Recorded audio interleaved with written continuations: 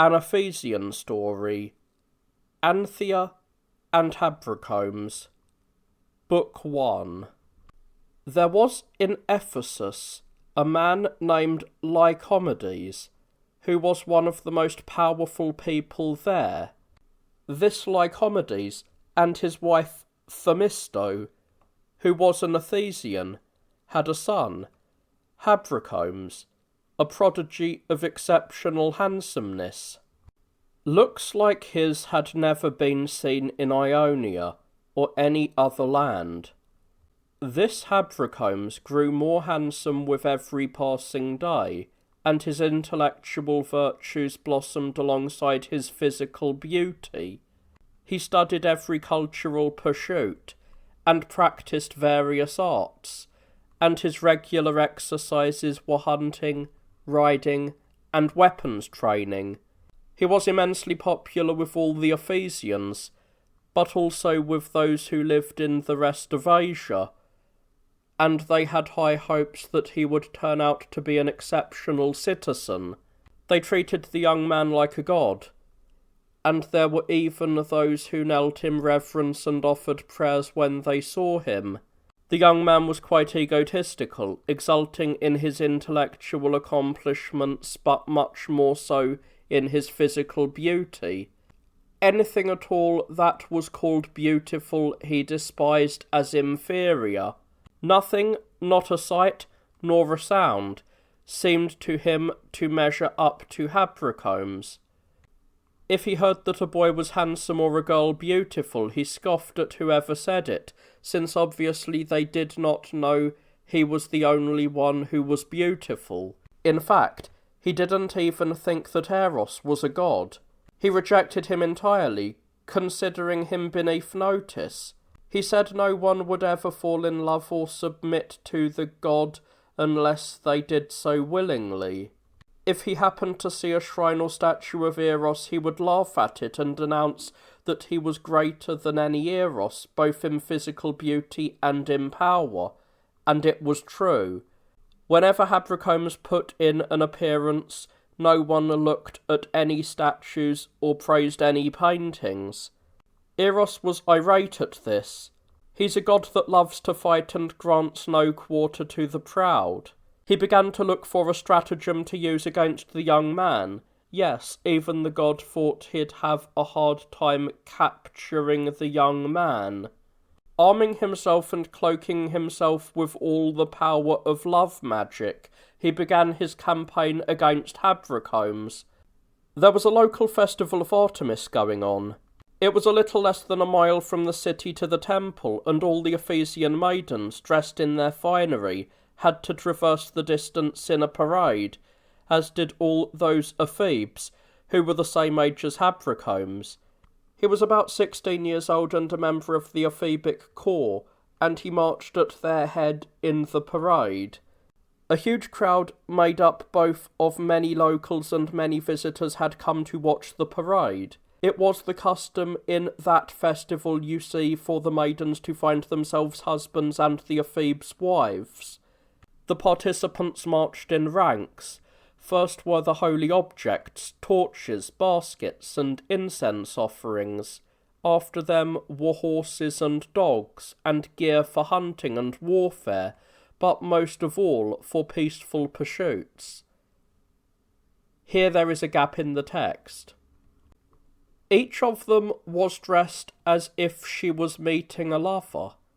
Leading the contingent of maidens was Anthea, daughter of Megamedes and Eupe, both native Ephesians. Anthea's beauty was something to marvel at, far beyond that of the other girls. She was about 14 years old. Her body was blossoming into beauty, and the stylishness of her looks contributed greatly to her loveliness. Blonde hair, most of it worn loose, a little tied up, all of it moving with the blowing of the breeze. Lively eyes, radiant like those of a girl, but unapproachable like those of a chaste woman. Clothes, a purple dress, belted to fall at the knee, worn off the shoulder, with a fawn-skin wrap. Equipment, a quiver fastened on, a bow, javelins in her hand, dogs at her heels. Many a time the Ephesians had spotted her in the sanctuary and knelt in reverence in the belief that she was Artemis. On this occasion too, when she appeared, a shout went up from the crowd. The spectators made all sorts of comments.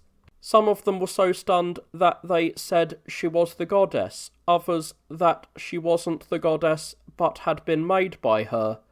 All of them offered up prayers and knelt in reverence to her. They remarked how blessed her parents were. Anthea the Beautiful was what all the spectators were talking about, and as the group of maidens passed, no one said anything except Anthea. But from the moment that Habrocombs showed up with the ephebes, despite how beautiful the sight of the maidens had been, everyone forgot about them as they caught a glimpse of Habrocombs. They turned their eyes to him and, astounded by the sight, shouted, "Habrocombs is so handsome. No one looks more like a handsome god than him." Some also then added, how great it would be if Habrocombs and Anthea got married. That was Eros warming up for his plan. Soon the two of them began to hear word of each other, and Anthea longed to see Habrocombs, and Habrocombs, though until now unaffected by love, wanted to see Anthea. When the parade ended, the whole crowd went into the temple for the sacrifice. The order of the procession was broken up as men and women, ephebes and maidens, came together. Then the two saw each other. Anthea was captured by Habrocombs, Habrocombs defeated by Eros. He stared at the girl constantly. He wanted to stop looking but couldn't, as the god held him mercilessly in his power. Anthea had her own problems. She took in Habrocombs' beauty as it flowed into her wide-open eyes, and soon forgot the proprieties that applied to maidens. Oh yes, she would say things just so Habrocombs would hear them, and bare what parts of her body she could so he would see them. He surrendered himself to the sight and became the god's prisoner.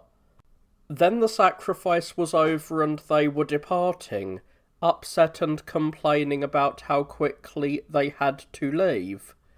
They wanted to keep looking at each other, so they kept turning around and stopping, and found many excuses to linger. They each arrived home, and that's when they realised how bad they had it. Both found their thoughts turning to how the other looked, and love blazed up in them.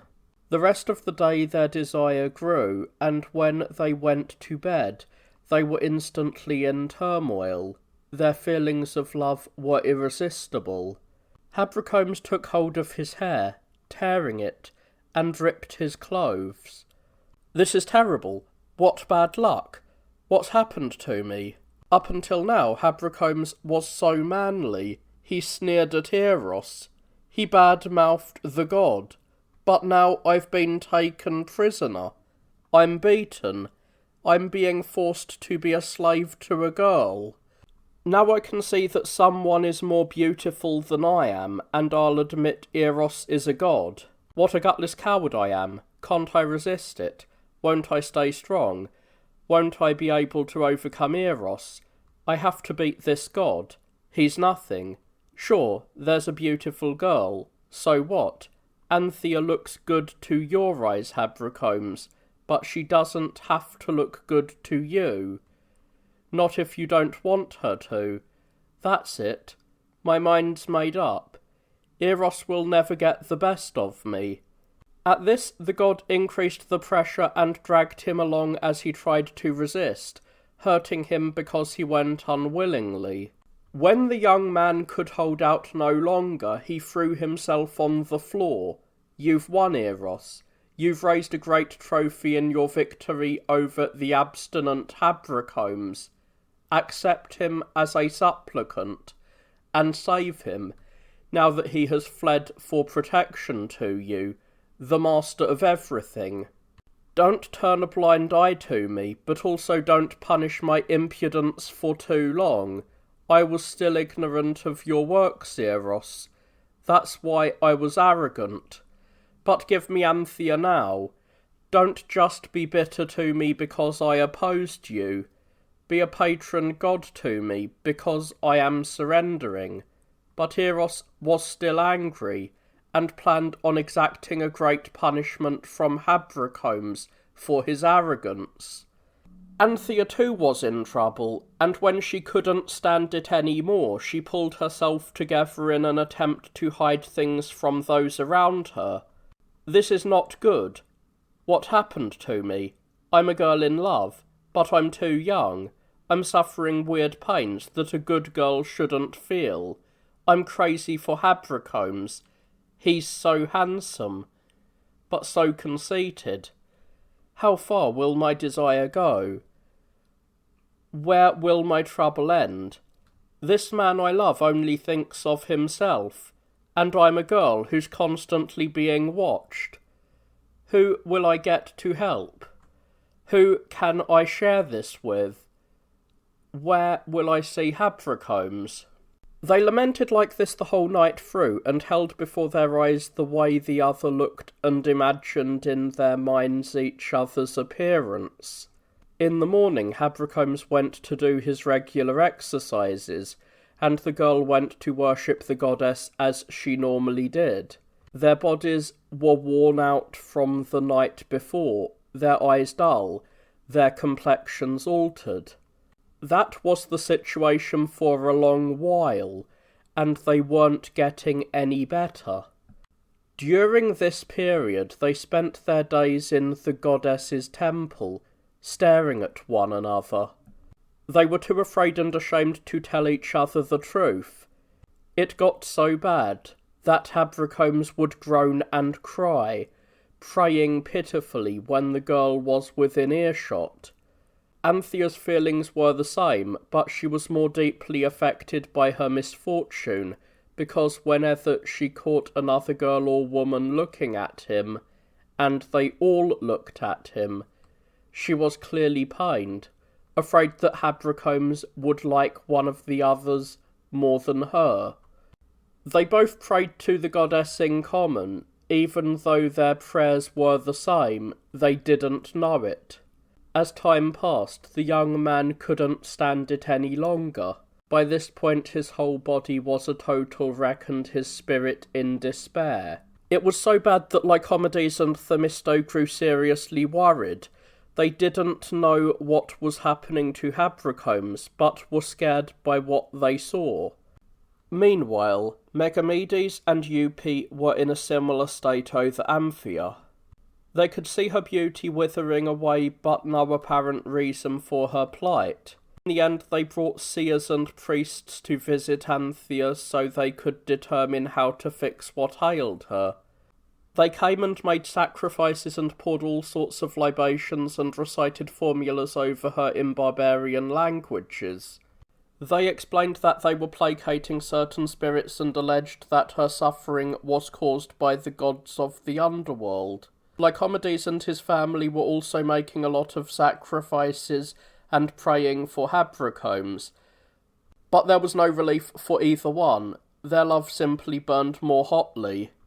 They both lay ill, in critical condition, expected to die at any minute, unable to confess their misery.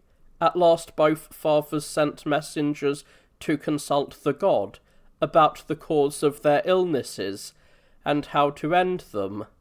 Not far away is the temple of Apollo at Colophon, a 10-mile trip from Ephesus by boat.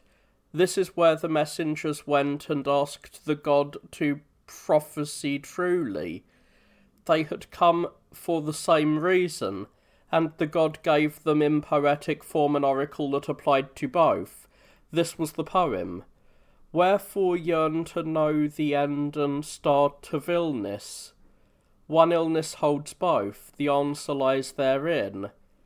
I see terrible sufferings for them and endless troubles. Both will flee across the sea, driven by madness, will face chains among men with the sea in their veins. For both a tomb as bridal chamber and destructive fire, and yet after calamities a better fate will they have, and by the flows of the sacred river for holy Isis, their saviour, furnish rich gifts afterwards. When the oracle was delivered to Ephesus, the two fathers were immediately baffled and completely lost about what the danger was. They couldn't interpret the god's response. What was the disease, the flight, the chains, the tomb, the river, the help from the goddess? They thought about it a lot, and felt it best to go along with the oracle as best they could by joining their children in marriage. They assumed that was the god's will from the prophecy. That was their decision, and they also made up their minds to send the couple away for a while on a trip after their wedding. Then the city was filled with revellers and everything was covered with garlands. The upcoming wedding was the talk of the town, and the couple was congratulated by everyone. Habracomes because he was going to marry such a beautiful wife. Anthea because she would get to share her bed with such a handsome young man. Habracomes learned about the oracle's response and the marriage. He was overjoyed that he would have Anthea. He wasn't at all afraid of the prophecy. His feeling was that his current pleasure more than made up for any suffering. In the same way Anthea was pleased she would get Habracomes and could not have cared less about the flight or the misfortunes, since she had in Habracomes something to comfort her in all the troubles to come. When the time for the wedding came, vigils were kept and many animals were sacrificed to the goddess. Once these preparations had been completed and the night arrived, Habracomes and Anthea thought everything took too long. They brought the girl to the bridal chamber. They held torches as they sang the marriage hymn and shouted their best wishes. Then they brought her in and put her in the bed. The bridal chamber had been prepared for them, a golden bed covered with purple sheets, and over the bed a canopy of Babylonian fabric had been decoratively embroidered, playing cupids, some of them serving Aphrodite. Her picture was there too, some riding mounted on sparrows, some weaving garlands, others bringing flowers. That was on one half of the canopy. On the other side was Ares. He wasn't in armour, but was dressed for his lover Aphrodite, with a garland on his head, wearing his short cloak. Eros was leading him with a lit torch in his hand. That was the canopy under which they laid Anthea when they brought her to Habracomes. Then they closed the doors. Mutual passion overcame them, and they were no longer able to speak to each other or make eye contact. They lay there at the mercy of pleasure, embarrassed, afraid, breathing heavily. Their bodies shook and their souls trembled, but after a long while Habracomes got hold of himself and embraced Anthea. She began to cry, her soul sending forth the tears as visible proof of her desire. "This is the night I've longed for more than anything else," Habracomes said. "It's mine at last, after suffering so many nights before. Girl, you mean more to me than my life, and you are more fortunate than any woman in any of those old stories. You have the man who loves you as your husband. I pray that you can live with him your whole life as his faithful wife till death do you part." He kissed her and tasted her tears, and they seemed to him a sweeter drink than any nectar, a more potent remedy for pain than any drug. She had a few things to say to him. "Really, Habracomes, you think I'm beautiful. You find me acceptable compared to your own beauty. You spineless coward. How much time did you waste while you were in love? How long did you do nothing? I know what you must have been suffering from my own misery, but who cares? Taste my tears. Let your beautiful hair drink up the draught of love. Let us join ourselves together and unite in love. Let us drench our garlands with each other's tears so they too can take part in our love." She kissed him all over his face and pressed all her hair to her eyes and picked up the garlands. She joined her lips to his in a kiss. In the act of kissing, every thought they had was passed from one soul to the other via their lips. As she kissed his eyes, she said, "You two, how many times you tormented me. You were the first to apply love's sting to my soul. You were once arrogant, but are now loving. You've served me well, and guided my love straight to Habracombe's soul. So I kiss you again and again, and fix my eyes on you. My eyes are here to serve Habracombe's. May you never look at anything else. I pray you never show another beautiful woman to Habracombe's, and that I never think another man is handsome. Keep yourselves fixed on souls that you yourselves have set on fire. Make sure they stay that way." They lay down, their bodies entwined, and enjoyed for the first time the labours of Aphrodite. They vied through the whole night with each other, ardently competing to see which one could show the greater love. When it was day, they got up much more cheerful, and in much better spirits, now that they had enjoyed each other's beauty, which they had desired for a long time. Life was one big festival for them, and everything was full of celebrations. For this time they had even forgotten about the oracle, but fate hadn't forgotten. No, the god who had decided these things did not let them slip his mind. After a little time passed, their parents decided to go through with their plan and send them away from the city. The couple would see another country and other cities, and would, as much as they could, go along with the god's oracle by leaving Ephesus for a while. Everything was prepared for their departure. There was a large ship, as well as a crew ready to sail. The supplies were put on board, lots of different outfits, plenty of silver and gold, and more food than they could eat. Before their departure, there were sacrifices to Artemis. The whole city offered prayers, and everyone wept, as if the children of the whole community were getting ready to leave. The plan was for them to take a trip to Egypt, and when the day of their departure came, many slaves, both male and female, were put aboard. As the ship was about to put to sea, the whole population of Ephesus, along with many foreigners, came with torches and sacrificial offerings to see them off. At that point it hit Lycomedes and Themisto all at once, the oracle, their son, the trip, and they collapsed in despair. Megamedes and Eupe experienced the same emotions, but felt more optimism, because they were concentrating on the end of the prophecy. Then the sailors began to bustle about, the mooring cables were untied, the pilot took his place, and the ship started to move off. From those on the land and those on the sea a loud cry arose, mingled together. The former shouted, "Dear children, will we, your parents, ever see you again?" And the latter, "Parents, will we come back to you?"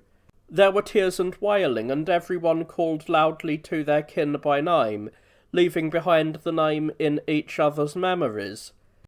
Megamedes took up a bowl and poured a libation, and as he did so, uttered a prayer loud enough for those on the ship to hear. "Children, may you enjoy the greatest fortune and avoid the cruelties in the prophecy. May the Ephesians welcome you home safe and sound, and may you regain your beloved country. If anything else were to happen, know this: we will not go on living. We send you on a journey that may be ill-starred, but is necessary." He would have said more, but his tears stopped him, and they returned to the city while the crowd urged them not to worry. Habracombe and Anthea lay wrapped in each other's arms. So many things ran through their minds: pitying their parents, missing their country, fearing the oracle, fretting over the trip. The fact they were travelling with each other made them feel better about all of it. Travelling that day with a favourable wind, they made the crossing and arrived at Hera's sacred isle of Samos. After sacrificing there and feasting, they offered many prayers to the goddess, then set sail the following night. Their voyage was very pleasant, and they spoke to each other frequently, asking, do you think we'll be able to spend our whole lives together? Once Habrocombes groaned loudly as he recalled his situation and said, Anthea, you're more important to me than my own soul. I pray we'll enjoy great fortune and stay safe with each other. But if in the end it's fated for something to happen and somehow we become separated from each other, let's make oaths to each other, darling. You swear you'll remain faithful to me and not accept another husband, and I'll swear that I won't marry another woman. Anthea wailed loudly when she heard this. Habrocombes, what convinced you that if I'm separated from you, I'll ever think again of a husband or getting married? I mean, me, without you, I won't even go on living in the first place. I swear it to you by the goddess of our country, great Artemis of the Ephesians, and by this sea that we cross, and by the God who made us completely crazy for each other. If I am separated from you for even a little while, I will neither go on living nor look upon the sun. So Anthea swore, and Habrocombes made his oath in return, and the circumstances made the oaths more formidable. Then the ship cruised past Kos and Knidos, and the island of the Rhodians came into sight, large and fair, and they absolutely had to make a stop there, since the sailors said they needed to take on water and rest up, since they were headed for a long voyage. The ship came to port in Rhodes, and the sailors got off. Habrocombes also left, holding Anthea's hand. All the Rhodians flocked to them, astounded by the beauty of the young couple. No one who saw them passed by in silence. Some said it was a visitation by the gods. Others knelt in reverence and offered prayers. Soon the names Habrocombes and Anthea had crisscrossed the city, and the people made official public prayers on their behalf, sacrificed many animals, and held a festival in honour of their visit. The pair toured the entire city and dedicated a suit of golden armour in the temple of Helios, with a poem engraved in memory of the donors. The foreigners dedicated to you these arms of beaten gold, Anthea and Habrocombes, citizens of sacred Ephesus. After making this dedication, they stayed a few days on the island, and then at the sailors' insistence set sail, now that their supplies were restocked. The entire population of Rhodes saw them off. At first they travelled with a favourable wind and were pleased with their progress. For that day and the following night they sailed along and covered some of the distance across the Egyptian sea. The next day, however, the wind quieted, and they were becalmed, and their progress slowed. The sailors got bored, then broke out the wine and got drunk. That was the start of the prophecy. A woman appeared to Habrocombes in his sleep. She was fearsome to look at, taller than a mortal, and wearing crimson clothes. He saw her come near the ship and set it alight. The others were killed, but he swam safely away with Anthea. As soon as he saw this, he was upset and expected something terrible from the dream. Something terrible did happen. As it turns out, some pirates had been moored next to them in Rhodes. They were Phoenicians, lots of them and tough, in a large trireme. They were berthed there under the pretence of carrying cargo. These men had learned that the ship was full of gold, silver and slaves, plentiful and valuable, so they decided to attack, kill anyone who resisted, though they really didn't think they'd put up much of a fight, and take the rest to Phoenicia to sell along with the property. The leader of the pirates was named Carimbus. He was a young man, tall of stature, with a fierce look in his eyes, and his hair worn long and grimy. After coming up with this plan, at first the pirates sailed nonchalantly near Habrocombes' group, but finally it was around noon and everyone on the ship was laying down from boredom or drink, some sleeping, some lazing around. Carimbus and his men attacked them, rowing their ship with great speed. Remember, it was a trireme. When they drew alongside, they leapt up onto the other ship. They were wearing armour and their swords were unsheathed. Some of the passengers threw themselves overboard in terror and perished, while others were slaughtered trying to mount a defence. Habrocomes and Anthea ran to Corimbus the pirate, took hold of his knees and said, "Take the money, master, and take us as slaves. Spare our lives, but don't kill those who submit to you of their own free will. We beg you by the sea itself and by your right hand. Take us wherever you want. Sell us. We're your slaves. Just have pity on us and sell us to the same master." When Corimbus heard this, he immediately gave orders to his men to stop the killing. He transferred over to his trireme the most valuable of the cargo, along with Habrocomes and Anthea and a few of their slaves. Then he set the other ship on fire, and all the rest of its passengers were consumed by the flames. He did this because he couldn't take all of them, and it didn't seem safe. What a pitiful sight. Some were being taken away in the trireme, while the others were burning in the ship. All of them stretched out their hands and lamented. "Where are they taking you, masters?" the ones on the ship asked. "What land will you end up in? What city will you live in?" The others answered, "How blessed you are! You're fortunate to die before you experience chains, before you see a life of slavery to pirates." That's what they said, as some were carried off and some burned. At that moment, Habrocome's tutor, now an old man, dignified in appearance and pitiful because of his age, couldn't bear the thought of Habrocome's being taken away. He threw himself into the sea and swam in an attempt to catch up to the trireme. "My boy, why are you abandoning me, your old servant? Where are you going, Habrocomes? Kill me yourself and bury me. My luck has run out. What is there for me to live for without you?"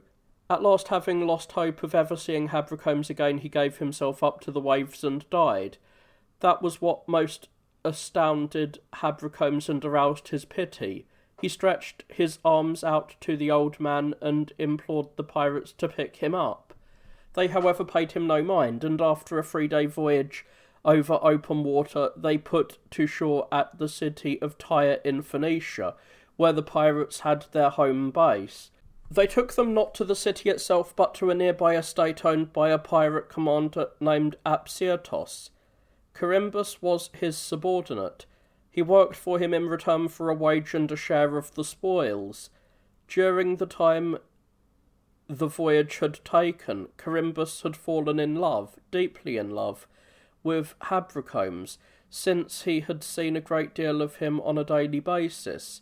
Spending so much time with the young man fanned the flame of his love even more. He didn't think he had a shot at winning Habrocomes over on the trip. He could see he was in bad shape from depression and also that he was in love with Anthea.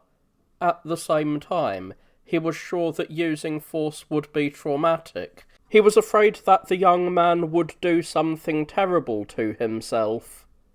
But when they landed at Tyre, Corimbus began to lose his patience. First he treated Habrocomes kindly.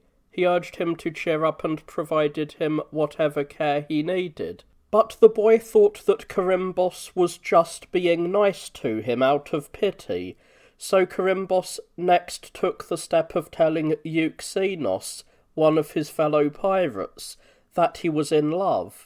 He asked him for his help and advice about how to win the young man over. Xenos was happy to hear Corimbus' situation. He himself was deeply in love with Anthea and miserable. He told Corimbus how things stood with him and advised him to stop driving himself crazy and to take action. Think about it. It would be pretty awful for us to face danger and risk our lives and not have the right to enjoy what we've acquired with our hard work.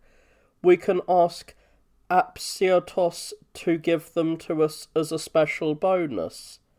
Corimbus was in love, so Xenos had no trouble persuading him. They accordingly agreed to speak up for each other, Xenos to win over Habrocomes and Corimbus Anthea. The whole time Habrocomes and Anthea were lying there in despair. They worried terribly about the future, talked to one another, and swore to stick to their pact. Then Carimbos and Euxenos came to them. They said they wanted to talk to them individually about something. They took them each to a different place, one leading Anthea, the other Habracomes. The couple's spirits were shaken, and they had the feeling this didn't bode well for them. Euxenos spoke to Habracomes about Carimbos. "Young man, it's perfectly reasonable for you to be having a rough time in the face of your misfortune. You're a slave, when you used to be free. You're poor instead of rich. But you need to chalk it all up to your fortune. Give in to the destiny that controls you, and show affection for those who have become your masters. I have to tell you, there is a way for you to regain your prosperity and freedom if you'll be willing to comply with the wishes of your master Carimbos.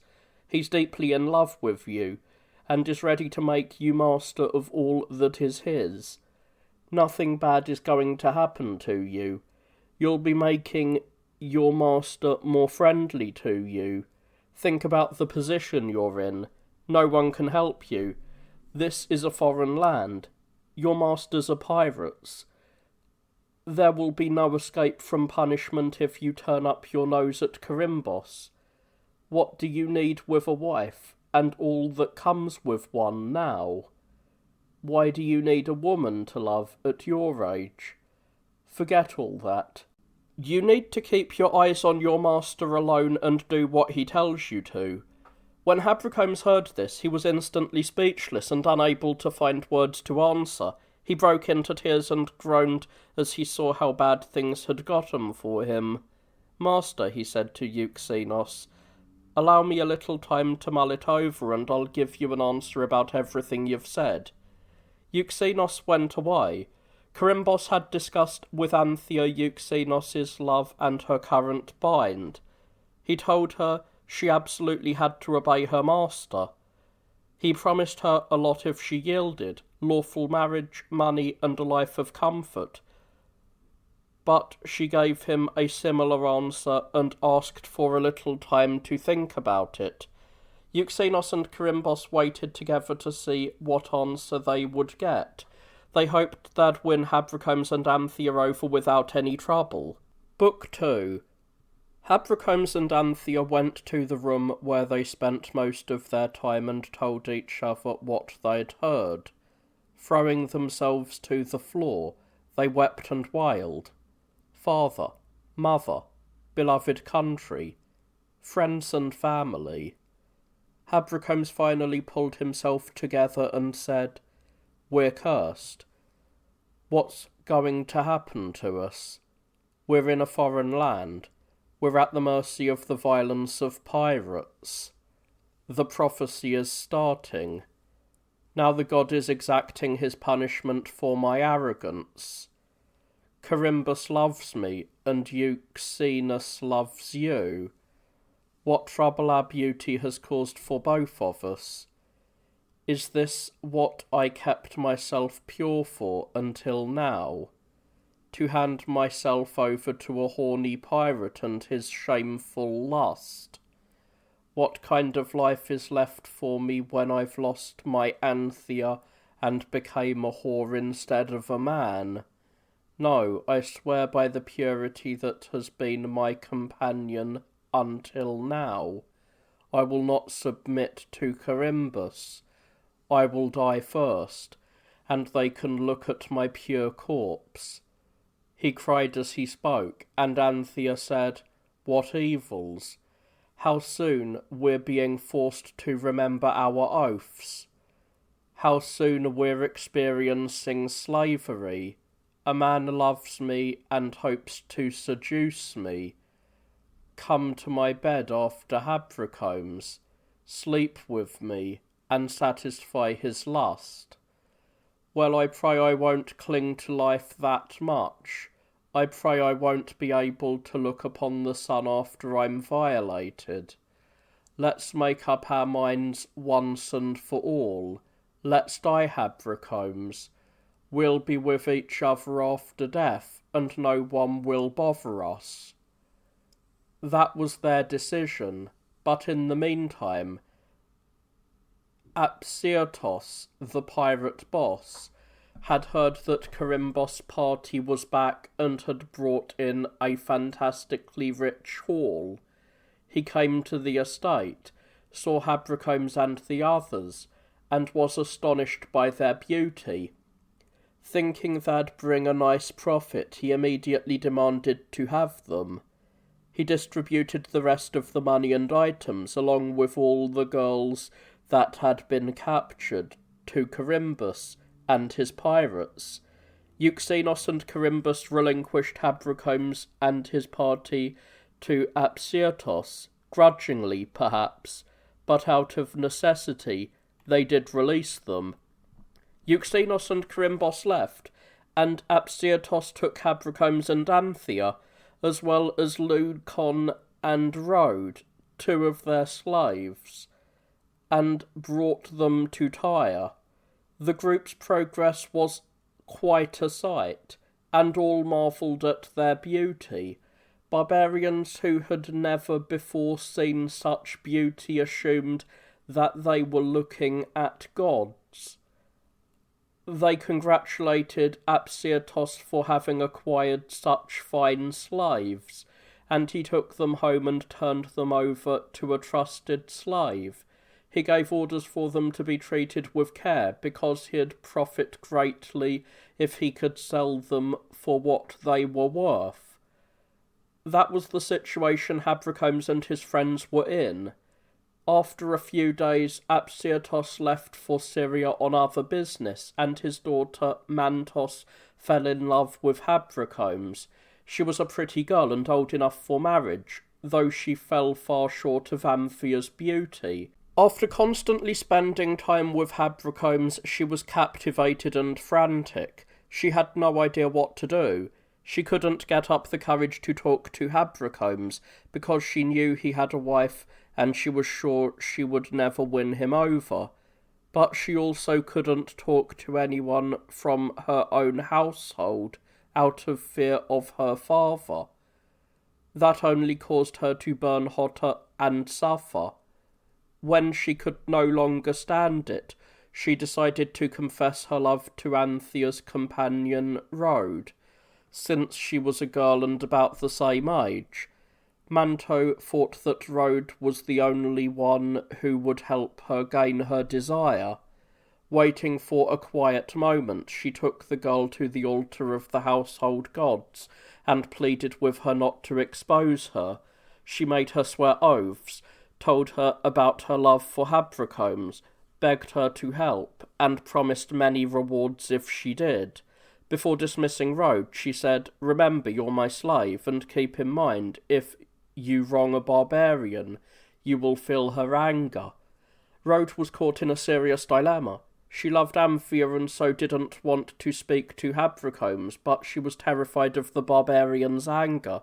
She decided it was all right to first share with Leucon what Manto had said to her. Rhode and Leucon were in fact a couple and were still together in Tyre. When they were alone, she said, "Leucon, we're done for. We're not going to have our companions any more after this. The daughter of our master, Apsyrtos, is deeply in love with Habrocombs.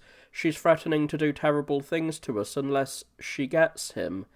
So think about what we should do. It's dangerous to refuse the barbarian woman, and impossible to separate Habrocombs from Anthea." Leucon's eyes filled with tears as he listened, expecting serious misfortune to come from this. Eventually he pulled himself together and said, "Say nothing, Rhode. I'll take care of everything." He went to Habrocombs, who actually had nothing to do except love Anthea and be loved by her, and talk to her while listening to her talk. So Leucon came to them and said, "My friends, what are we to do? What's our plan, my fellow slaves? One of our masters thinks you're handsome, Habrocombs. Apsyatos' daughter is aching for you, and it's a dangerous thing to refuse a barbarian girl who is in love. So figure out what you want to do and save us all. Don't let us be crushed by our master's anger." Habrocombs was filled with anger and looked Leucon straight in the eye. "You're despicable. You're more of a barbarian than the Phoenicians here. You've got the gall to talk like that to Habrocombs. You tell me about another woman when Anthea's right here. I'm a slave, sure, but I know how to keep my word. They can do what they want to my body, but I've got a soul that's free. Let Manto make threats if she wants to about swords and ropes and fire and all the things that she can use on a slave's body. I'll never willingly hurt Anthea." Anthea lay there, speechless in the face of their misfortune, unable to say a word. In time she eventually roused herself and said, "Habrocombs, you care for me, and I've no doubt that your love for me is uncommonly strong, but I beg you, who are the master of my soul, don't hand yourself over or fall victim to a barbarian's anger. Give in to our mistress's desire. I won't stand in your way. I'll kill myself. I'd just ask this of you. Bury me yourself and give me a kiss when I'm dead, and remember Anthea." All this heightened Habrocomb's misery, and he had no idea what to do. While they were up to that, Manto, no longer able to put up with Rhodes' foot-dragging, wrote Habrocombs a letter. "Greetings to the handsome Habrocombs, from your mistress. Manto loves you. I can't stand it any more. I'm begging you for something that may be inappropriate for a girl, but is necessary for a woman in love. Don't ignore me, and don't insult me, not when I have your interests at heart. If you give in, I'll persuade my father Apsyatos to make me your wife, and we'll get rid of your current one. You'll be rich and happy, but if you refuse, think about what you'll suffer when the woman you've insulted gets her revenge. And consider what your friends will suffer when it's been proven they're partners and advisers in your arrogance." She took this letter and sealed it, then gave it to one of her own maids who wasn't Greek, and told her to deliver it to Habrocombs. He got it and read it, and was upset by all its contents, but the part about Anthea particularly pained him. He kept that writing tablet and wrote his reply on another one and gave it to the maid. It said this: "Mistress, do what you want. Use my body as you would a slave's. If you want to kill me, I'm ready to die. If you want to torture me, then torture me in whatever way suits you. I will not come to your bed. If you order me to, I won't obey you." Manto got this letter and lost control. All her emotions became jumbled: hostility, jealousy, pain, and fear. And she thought about how to punish the man for his arrogance. Just then Apsyatos got back from Syria. He was bringing back with him a man named Morris for his daughter to marry. When he showed up, Manto quickly arranged her scheme against Habrocombs. She pulled at her hair and ripped her clothes, then went to meet her father and fell at his knees. "Pity your daughter, father. I've been insulted by a slave. The faithful Habrocombs tried to take my virginity, and he's plotted against you too, by saying he loves me. You've got to punish him in a way that matches his horrible crimes. I'll kill myself before I let you betray your own daughter and hand her over to your slaves." Was telling the truth, so he made no further inquiry into what had happened. He sent for Habrocombs and spoke to him. "You wicked, foul man, you're just a slave, but you dared to insult your masters and tried to debase a maiden. Well, you won't get away with it. I'm going to punish you, and I'll make your torture an object lesson to the other slaves." Refusing to listen to so much as one word, he ordered his servants to tear Habrocombs' clothes off him, bring fire and whips, and beat him. It was a pitiful sight. The blows disfigured his whole body, unused as it was to slavish torture. All his blood poured out, and his beauty drained away, Asbiotos also used painful restraints and fire on him, and assiduously tortured and interrogated him as a demonstration to his daughter's fiancé that he would be marrying a chaste virgin. While this was going on, Anthea threw herself at Asbiotos' knees and begged him to spare Habracomes. He replied, "No, I'm going to punish him even more for your sake. He's harmed you too. He loved another woman when he already had a wife." Then he ordered his men to throw Habracomes in chains and lock him in a room without windows.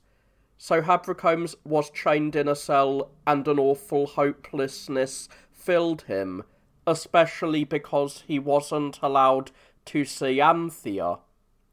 He looked for many ways to die, but he found none, because there were lots of men guarding him. Asbiotos went ahead with his daughter's wedding, and they celebrated for many days. It was pure grief for Anthea. Whenever she could talk the gods into allowing it, she would sneak in to visit Habracomes and mourn their terrible plight. Finally, when preparations for departing to Syria were being made, Asbiotos sent his daughter ahead with many gifts. He gave her clothes from Babylon and a lot of gold and silver, and he also presented his daughter Manto with Anthea, Rhode, and Leucon. When Anthea found out about that and learned she was to be taken to Syria with Manto, she went as soon as she could to the prison and threw her arms around Habracomes. "Master, I'm being taken to Syria as a gift for Manto. Put into the hands of the woman who is jealous of me, and you'll stay here in the prison and die pitifully without anyone at all to prepare your body for burial. Well, I swear to you, by our shared destiny, that I will remain yours both while I live and also if I have to die." She kissed and hugged him, and hung onto his shackles, and lay prostrate at his feet. Finally, she left the prison, and he then and there threw himself to the floor, groaning and weeping. "Dearest father, Themisto, my mother, where is that happiness I once thought I had in Ephesus? Where are the famous and the admired Anthea and Habracomes, that beautiful couple? She is being taken as prisoner to some distant land, and I have been deprived of my one source of comfort. I'm going to die miserable and alone in prison." Then sleep overpowered him, and he had a dream. In it he saw his father, Lycomedes, dressed in black, wandering across the whole earth and sea. He came to the prison, loosed Habracomes' bonds, and set him free from the cell. Habracomes himself turned into a horse and travelled over a lot of land in pursuit of another horse, a female. He finally found the mare and became a human being again. After this dream he got up and was a little more hopeful. So he was shut up in the prison, and Anthea was taken to Syria along with Leucon and Rhode. When Manto arrived with the others in Antioch, that was where Morris was from, she bore a grudge against Rhode and hated Anthea. Right away she ordered some men to load Rhode and Leucon on a ship and sell them as far from Syria as possible. As for Anthea, she hit upon the idea of marrying her to a slave, and the lowest sort of slave at that, a peasant goatherd, thinking to get her revenge on her in this way. She sent for the goatherd, who was named Lampon, and handed over Anthea. She told him to take her as his wife, and ordered him to use force on her if she resisted. Anthea was taken to the country to be with the goatherd, but when she arrived at the estate where Lampon herded his goats, she fell at his knees and pleaded with him to pity her and keep her pure. She explained who she was and told him about her previous good birth, her husband, and her captivity. Lampon took pity on the girl when he heard this, swore he would make sure she stayed undefiled, and urged her to cheer up. On the estate with the goatherd, she spent all her time lamenting for Habrocombes. Meanwhile, Apsyrtos searched the room where Habrocombes had been living before his punishment. He came across Manto's letter to Habrocombes, and recognised the handwriting. He realised he had been unjustly punishing Habrocombes, so he immediately ordered him released and brought into his presence. Habrocombes, having suffered horrible, heart-rending things, fell at Apsyrtos' knees. Apsyrtos made him get up and said, "Don't worry, young man, I condemned you unjustly. I was convinced by my daughter's story. But now I'm going to make you a free man instead of a slave. I'll make you the manager of my household, and I'll give you the daughter of one of my fellow citizens as your wife. Don't hold what happened against me. I wronged you, but I didn't mean to." Habrocombes said, "Master, I'm grateful to you for discovering the truth and for rewarding my purity." Everyone in the house was happy for Habrocombes and thanked the master on his behalf, but he himself was in complete misery over Anthea. Over and over he thought to himself, "What's freedom to me, and money? A job taking care of Apsyrtos things. This isn't what I should be doing. I pray I'll find her, whether she's alive or dead." That was the situation he was in. He managed Apsyrtos' affairs and thought about when and where he would find Anthea. Leucon and Rhode, meanwhile, had been taken to the city of Xanthos in Lycia. The city is inland from the coast. There they were sold to an old man who treated them with every kindness and thought of them as children, for he had none of his own. They lived amidst abundance, but felt bad about not being able to see Anthea and Habrocombes. Anthea was with the goatherd for a while, and Maurice, Manto's husband, regularly visited the estate, and fell deeply in love with Anthea. At first he tried to cover it up, but in the end he told the goatherd about his feelings, and promised him many rewards if he kept his secret. The goatherd accepted Maurice's offer, but because he was afraid of Manto, he went to her and told her about Maurice's love. She got angry and said, "I am the unluckiest woman in the world. Am I going to take my rival with me everywhere I go? She's the reason I lost the man I loved in Phoenicia before, and now I'm in danger of losing my husband. Well, Anthea won't enjoy having Maurice think she's beautiful too. No, I'm going to make her pay for what happened in Tyre." She didn't make trouble right away, but when Maurice was out of town on a trip, she sent for the goatherd. She ordered him to take Anthea, lead her into the thickest part of the woods, and kill her. She promised him a reward for this. He felt sorry for the girl, but he was afraid of Manto, so he went to Anthea and told her what was in store for her.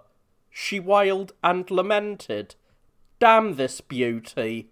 It creates danger for the two of us wherever we go, because of our unfortunate good looks. Habrocombes has died in Tyre, and I'm going to die here. I beg you, goatherd, Lampon, in the same way you've treated me with respect until now. If you do kill me, bury me in the ground right on the spot, even a dusting, and place your hands on my eyes, and as you bury me, call out Habrocombes' name over and over. That would be a happy funeral for me, with Habrocombes present." The goatherd felt pity as he thought about committing the impious deed of killing such a beautiful girl who'd done him no wrong. He took the girl, but could not bring himself to kill her. "Anthea," he told her, "you know our mistress Manto ordered me to take and kill you, but I'm a God-fearing man, and pity your beauty, so I'm willing to sell you someplace far from this land. That way Manto won't learn you're alive and treat me even worse." She grasped his feet and tearfully said, "Gods and ancestral Artemis, repay the goatherd for his good deeds." She told him to go ahead and sell her. The goatherd took Anthea off to the harbour, where he found some Cilician merchants and sold the girl. He took the money he got for her and went back to the countryside. The merchants took Anthea, put her aboard their ship, and started their trip to Cilicia at night.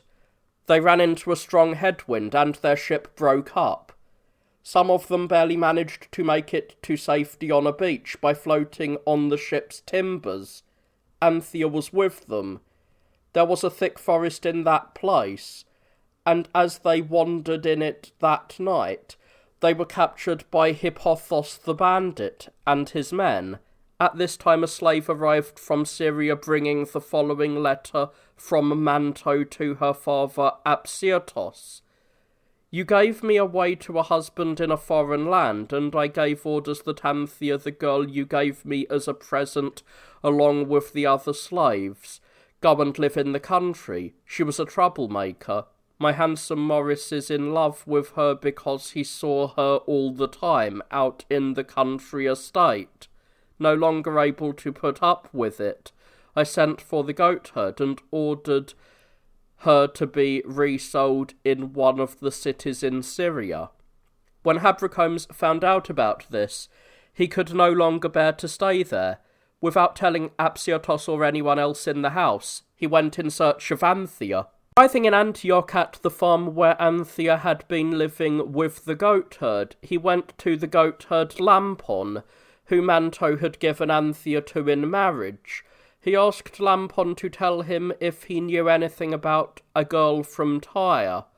The goatherd told him that her name was Anthea, that they had been married, that he had respected her chastity, that Morris had fallen in love with her, that he had been ordered to do her in, and that she had gone to Cilicia. He also said that she was always talking about some man named Habracomes. Habracomes didn't say who he was, but he got up at dawn and rode for Cilicia in hopes of finding Anthea there. Hippothos the bandit and his men stayed and celebrated that night, and the next day they busied themselves with their sacrifice. Everything, the statue of Ares, the firewood, some garlands, had been prepared. The sacrifice was supposed to happen in its customary way. The sacrificial offering, whether a person or an animal, they hung from a tree and threw javelins at from a distance. All those who hit it were thought to have had the sacrifice accepted by the god, and all those who missed would try to appease the god again. Anthea faced being sacrificed in this way, but when everything was ready and they were about to hang the girl up, they heard the sound of the trees rustling and men's footsteps. It was the magistrate in charge of keeping the peace in Cilicia, Perillaius by name, one of the most powerful people in Cilicia. This man attacked the bandits with a large force and killed almost all of them, but captured a few alive. Hippothos was the only one able to grab his weapons and escape.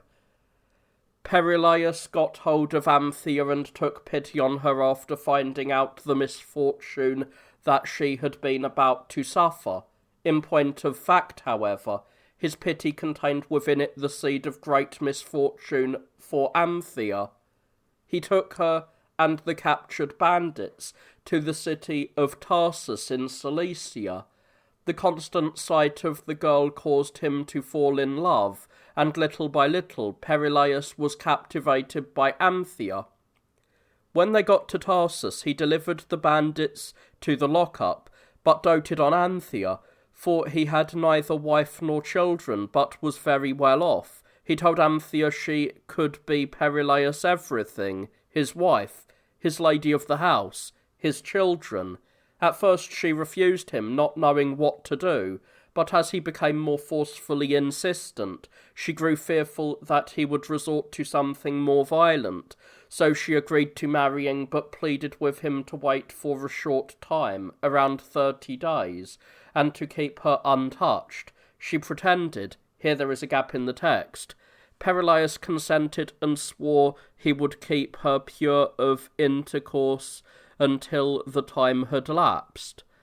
While she was in Tarsus with Perilius, waiting for the day of her wedding, Habrocomes was making the journey to Cilicia, not far from the bandits' cave.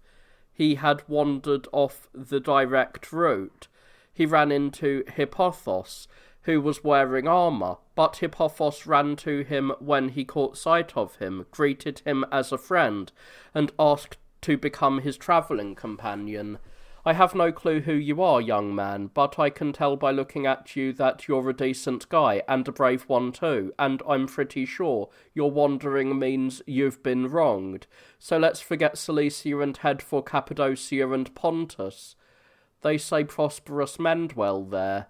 Habrocomes said nothing about his search for Anthea, but said yes to Hippothos when he insisted, and they swore oaths to cooperate and stick together.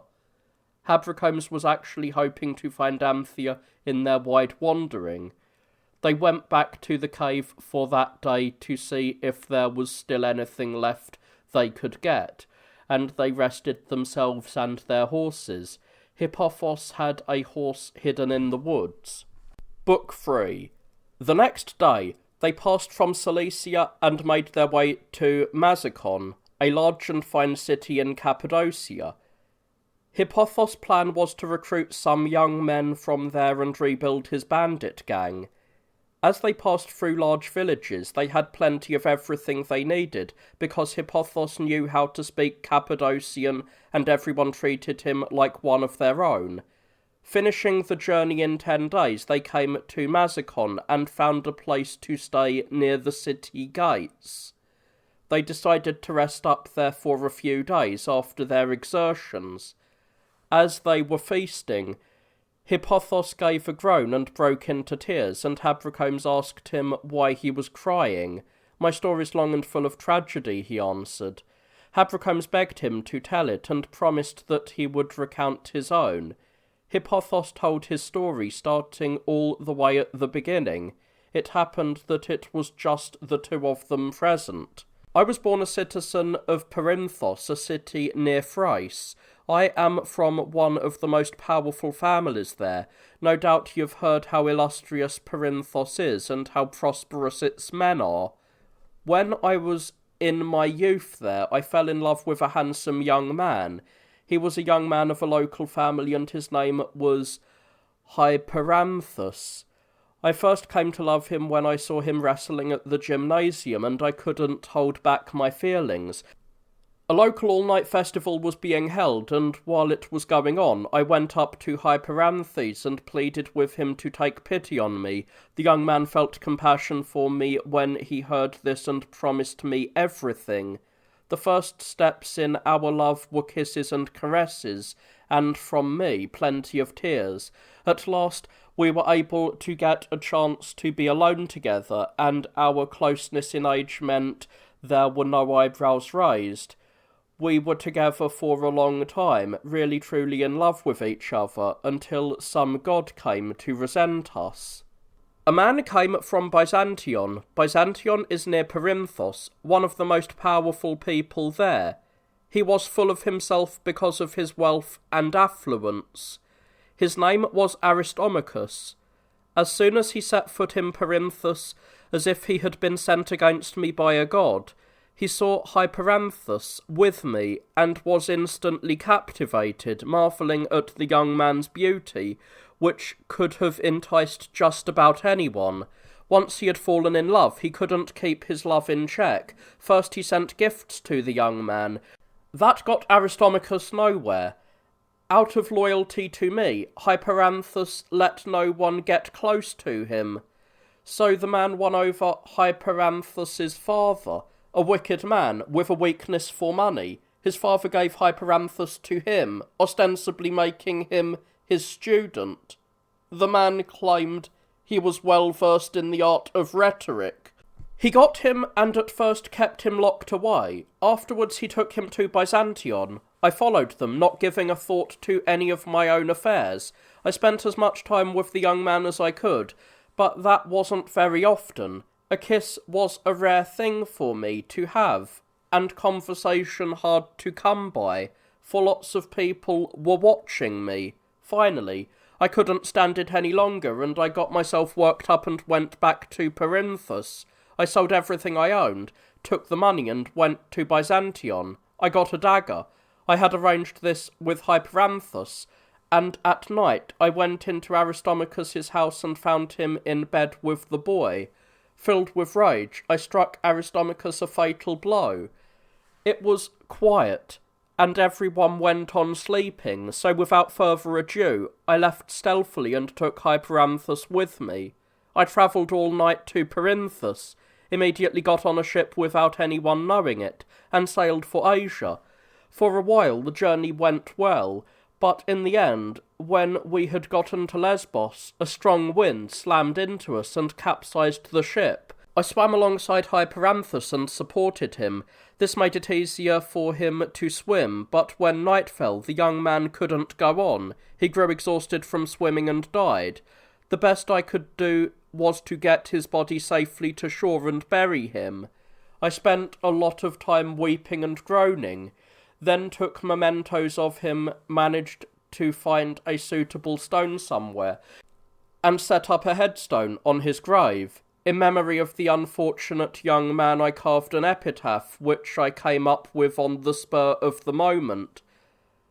Hippothos set up for famed Hyperanthus this tomb, unworthy of the death of a sacred citizen, a famous flower, whom once from land to deep a god abducted, as a great storm gusted on the sea. After that I made up my mind not to go back to Perinthus. I went through Asia to Great Phrygia and Pamphylia.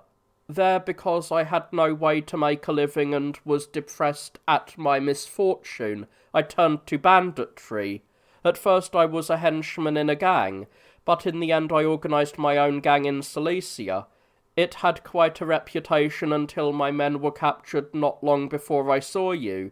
So that's how my story turned out. But you, my friend, tell me your own. Obviously some strong compulsion makes you wander. Habrocombes told him he was from Ephesus and that he had fallen in love with a girl and married her. He described the prophecy, their trip, the pirates, Apsiotos and Manto, his chains, his flight, the goatherd, and his trip as far as Cilicia. When he was barely done speaking, Hippothos gave a sympathetic wail.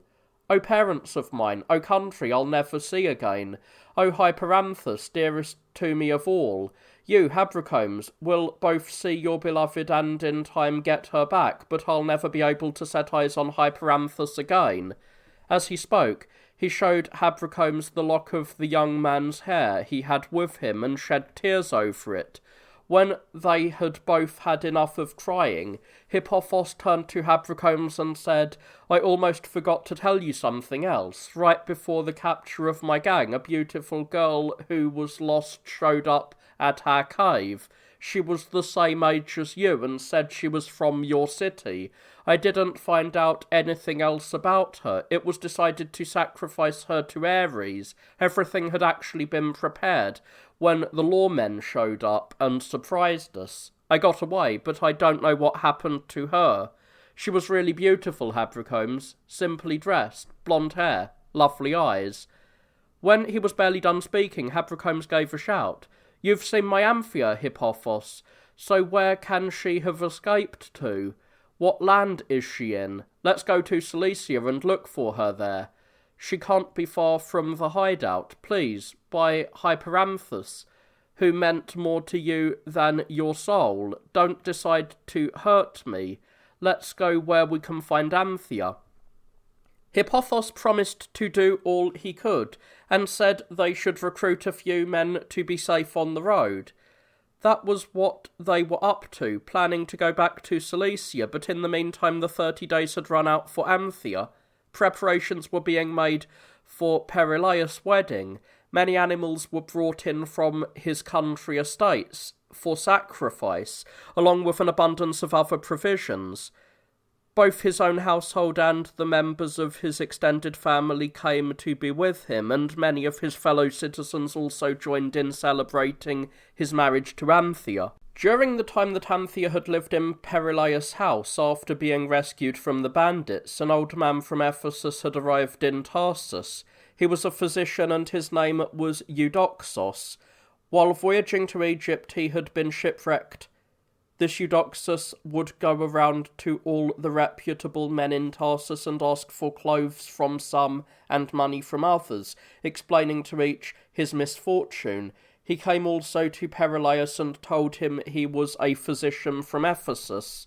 Perillaius invited him in and took him to Anthea, thinking she'd be happy to see a man from Ephesus. She welcomed Eudoxos and asked whether he could tell her anything about her family. He said he knew nothing because of the length of time he had been away from Ephesus, but this didn't make Anthea enjoy his company less, for she was reminded of those at home.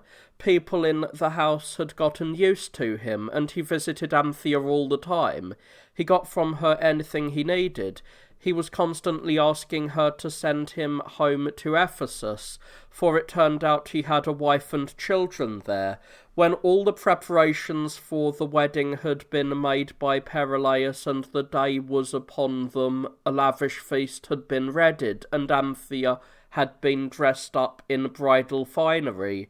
But she didn't stop crying day or night, and she kept picturing Habracomes. She thought about everything at once: her love, her oaths, her city, her parents, how she was being forced against her will, her marriage. When she was alone and had a moment, she tore at her hair and said, "What an unfair and horrible person I am. I'm not living up to my side of the bargain with Habracomes. To remain my husband he suffers chains and torture, and perhaps is even dead. Meanwhile I put those things out of my mind, and I'm about to get married. Wretch that I am. Someone will sing the wedding hymn to me, and I'll go to Perillaius' bed. No, soul of Habracomes, dearer to me than all else. Don't feel any pain because of me. I'll never willingly hurt you. I'll come join you and remain your bride until death." Then Eudoxos, the Ephesian doctor, came to see her, and she took him to a quiet room, and fell at his knees, and begged him not to breathe a word to anyone of what she was about to say. She asked him to swear by Artemis, goddess of the city, to help her in any way she asked. He helped her to her feet as she lamented. He told her to cheer up and swore he would do anything she wanted. She told him about her love for Habracomes and her oaths to him, and their agreement about being faithful. If I could be alive and get back my Habracomes also alive, or if I could get away from here without being caught, I'd be busy figuring out how to do just that. But since he's dead and escape is impossible, and at the same time there is no way for me to submit to my upcoming marriage, I won't break the agreements I made with Habracomes or ignore my oaths. You've got to help me. You have to find a poison somewhere that will free me, ill-starred as I am, from my troubling life. In return for this, you'll receive many gifts from the gods. I'll pray to them many times for you before I die, and I myself will give you the money and provide a way for you to get home. You'll be able to get on a ship and sail to Ephesus before anyone finds out. Once there, find my parents, Megamedes and Eupe, and tell them about my death and everything else about my travels, and tell them that Habracomes is dead." She then grovelled at his feet and pleaded with him not to refuse her anything and to give her the poison. She produced 20 minas and her own necklaces. She had plenty of everything, for she had access to all that Perillaius owned, and offered them to Eudoxus. He thought about it a long time, and fought hard, taking pity on the girl for her misfortunes, wanting to go to Ephesus, and overcome by the money and gifts, he promised to give her the poison and went to get it. While he was gone, she grieved deeply. She lamented for her youth, distressed that she was going to die before her time. Again and again she called Habrocombe's name, as if he was actually there. Then, after a short time, Eudoxus was back with a drug. Not one that caused death, but one that induced deep sleep, so nothing would actually happen to the girl, but he could get money for travelling and then make it home safely. Anthea took it, thanked him profusely, and sent him away. He immediately got on a ship and set sail, while she looked for the right chance to drink the drug. It was night now, and the bridal chamber was ready. The people who were assigned to the task came and picked up Anthea. She left tearfully and unwillingly and hid the drug in her hand. When she got near the chamber, the members of the household loudly sang the wedding song, and she let out a wail and wept. This is just like when I was taken to Habrocombe's, my first husband. Love's fire was our escort, and the wedding song was sung for a happy marriage. But now, what are you going to do, Anthea? Will you wrong Habrocombe, your husband, the man you love, the man who died for you? I'm not so cowardly or frightened in the face of trouble. Let's get this over with, once and for all. Let's drink the poison. Habrocombe must remain your husband. I choose him, even if he's dead. She was taken into the chamber, and then she was all alone. Perillaius was still celebrating with his friends. Pretending that she was really thirsty, she ordered one of the servants to bring her some water to drink. When a cup was brought, she took it and put the drug in it when no one was around. Tearfully she said, "Beloved soul of Habrocombe's, look, I am doing what I promised. I'm making the journey to you. It's a sad journey, but a necessary one. Receive me happily and allow me to share a happy life with you there." She drank the drug. Immediately sleep overcame her, and she collapsed to the floor as the drug took full effect. When Perillaius came in, right away he saw Anthea lying on the floor and let out a shocked cry. There was a great commotion among everyone in the house, and mingled emotion, grief, fear, shock. Some felt pity for the girl, they thought dead, while others shared Perillaius's grief. They all lamented what had happened. Perillaius tore his clothes and collapsed on her body. My beloved girl, who left the man who loved her before the wedding. You were Perillaius's bride for a short time. What a bridal chamber I'll put you into. Your tomb. Habrocombe is fortunate, whoever he was. He was truly happy, having gotten such gifts from the woman he loved. As he lamented, he threw his arms around her and kissed her hands and feet. Poor bride, wife who was too unhappy. He had her prepared for burial, dressed her in fine clothes, and a lot of gold jewellery. He could no longer bear to look upon her, and so when the day came, he put Anthea on a bier. She lay there unconscious, and took her to the cemetery near the city. There he placed her into a mausoleum. He slaughtered many animals over the tomb, and burned piles of clothes and other finery as offerings. When he finished the funeral rites, he was led back into the city by members of his household. Anthea meanwhile was left in the tomb and came to. She realised that the drug was not a fatal poison, and groaned and wept. "Oh, the poison fooled me. It stopped me from making a happy journey to Habrocombe's. In the end, wretched in every way, I've been frustrated even in my desire to die. But it's still in my power to remain here in the tomb and finish the job of the drug by starving myself. No one will take me from here. I won't look upon the sun. I won't go forth into the light."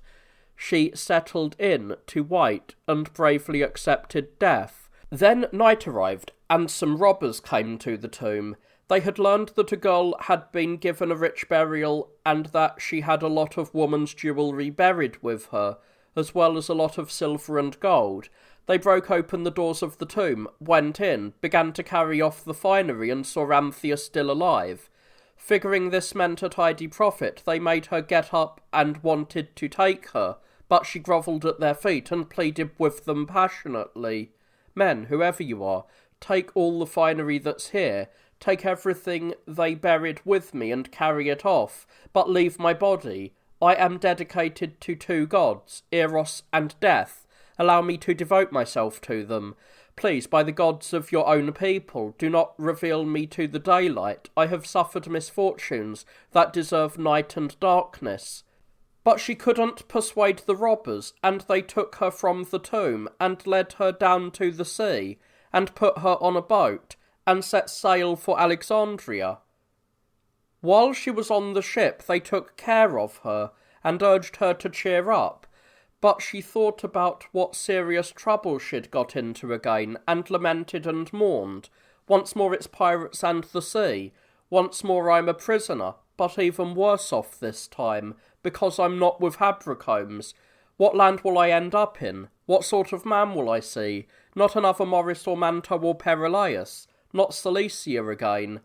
If only I could go where I could see Habracomb's tomb. Every time she said this, she began to cry, and though she wouldn't touch drink or food, the robbers forced her to. They finished their voyage after several days and put into port at Alexandria. There they unloaded Anthea and decided to sell her to some merchants once they had rested her up after the exhausting trip. Meanwhile, when Perillaius found out that the tomb had been robbed and the body taken, he felt intense uncontrollable anguish. As for Habracombs, he continued his search and made inquiries to see if anyone knew of a foreign girl anywhere who had been arrested with bandits. After finding out nothing, he returned exhausted to where they were staying. Hippothos and the men had made dinner for themselves, and the others ate, but Habracombs was utterly depressed. He threw himself on the couch and wept, and lay there without eating a bite. As they proceeded to their drinking, an old woman who was there, named Chrysion, began to tell a story. Listen, you foreigners, to a sad story that happened not long ago in the city. Perillaius, one of our most powerful men, was chosen to be the magistrate in charge of keeping the peace in Cilicia. He went out in search of bandits, took some into custody, and brought them in along with a beautiful girl. He persuaded her to marry him. But when everything was done with the wedding, and she was going into the bridal chamber, either because she went crazy or because she was in love with another man, she drank poison she got from somewhere and died. That's how they say she met her end. Hippothos exclaimed, "That's the girl Habracombs is looking for." Habracombs could hear the story, but he wasn't paying attention to it, because he was so depressed. But after a moment he came to his senses and bolted upright at what Hippothos said. "Well, that means Anthea's clearly dead, and maybe she's got a tomb here, and her body is safe." He asked the old woman, Chrysion, to take him to her tomb and show him her body. She gave a groan. That's the saddest thing of all for the poor girl. Perillaius did give her a lavish funeral and adorned her body, but some robbers found out about the grave goods. They broke into the tomb, stole the finery, and made the body disappear. There's an intense and wide-ranging search for them being carried out by Perillaius. Habracombs ripped his tunic open and wailed loudly for Anthea, who had died nobly and faithfully, and had by ill fate been lost after death. Wait, what kind of robber is so passionate that he would desire you even when you're dead and steal your body? Just my luck. I've been robbed of your body, and the one thing that would make me feel better, it's sealed. I must die. But first I'll be strong. That is, until I can find your body, embrace it, and bury myself with it. As he lamented, Hippothos and his men encouraged him to cheer up. Then they slept the whole night, while Habracombs went on thinking about it all. Anthea, her death, her tomb, her disappearance. Then he couldn't stand it any more, and without anyone seeing him, Hippothos and his men were passed out drunk. He left the house as if he needed something. Leaving them all behind, he went down to the sea and by luck found a ship leaving for Alexandria. He got on board and set out in hopes that in Egypt he would find the robbers who had taken everything. An ill-starred hope guided him. While he was sailing to Alexandria, day arrived, and Hippothos and his men were upset that Habrocomes had left. After spending a few days resting up, they decided to go to Syria and Phoenicia to engage in a bit of banditry. The robbers meanwhile got to Alexandria and passed Anthea along to some merchants, getting a high price for her. The merchants fed her expensive food and took care of her physical needs, all the while on the lookout for the man who would buy her for the right price. There arrived in Alexandria from India a man of the royal house there, both to see the sights and to conduct some business. His name was Pausanias. This Pausanias saw Anthea at the merchant's place, and once he had seen her, was captivated. He offered them a lot of money and took her as a maid. But now that a barbarian had bought her and admired her beauty, straightway he set about trying to force himself on her and have sex with her. At first she said she wouldn't do it, but in the end she came up with a story she told Pausanias. Barbarians are naturally superstitious. She said that at her birth her father had dedicated her to Isis until she was of marriageable age, and there was still a year to go. If you violate a woman sacred to the goddess, she said, she'll be angry with you, and her retribution will be harsh. Pausanias believed this, did reverence to the goddess, and kept his hands off Anthea. She was still being held under guard at Pausanias' house, in the belief that she was sacred to Isis, when the ship with Habrocomes on it drifted off its course to Alexandria, and went aground near the outlets of the Nile and the coast, as it is called.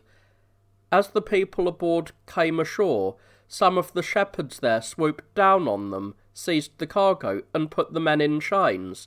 They led them by a long deserted road to Pelusion, a city in Egypt. There they sold them to various owners.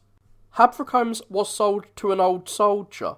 He was retired from the service, named Araxos. This Araxos had a wife, repulsive to look at, worse to listen to, and utterly lacking in self-restraint. Her name was Sino. This Sino fell in love with Habrocomes the minute he was brought into the house, and couldn't restrain herself for a moment. She was terrible in her love, and in her desire to satisfy her lust. Araxos grew fond of Habrocomes and thought of him as his son, but Cyano would talk to him of having sex and beg him to give in, promising to marry him. Habrocomes thought that this was horrible, and so many things ran through his mind at once. Anthea, his oath, the faithfulness that had so many times before hurt him. But in the end, under strong pressure from Cyano, he said yes. When night fell, thinking that she was going to have Habrocomes as her husband, she killed Araxos and told Habrocomes what she had done. He couldn't stomach the woman's brutality and went out of the house, leaving her behind, and declaring that he would never sleep with a murderer. She regained her composure, and as soon as it was day, she went to where the people of Pelusion were gathered, let out a wail for her husband, and said that their new slave had killed him. She carried on lamenting like this for a long while, and the populace thought she was telling the truth. They immediately arrested Habrocomes, put him in chains, and sent him on to the man governing Egypt at the time. He was being taken to Alexandria to be punished, after he was convicted of killing his master Araxos. Book 4. Hippothos and his men set out from Tarsus, and made their way into Syria. They overcame all opposition, and burned villages and killed many men. Advancing in this fashion, they came to Laodicea in Syria, and took up residence there, no longer as bandits, but as tourists, come to see the town's sights. Then Hippothos made inquiries to see if he could by chance find Habrocomes. When that came to nothing, they rested up, and travelled through Phoenicia. From there they went to Egypt, for they had decided to pillage Egypt.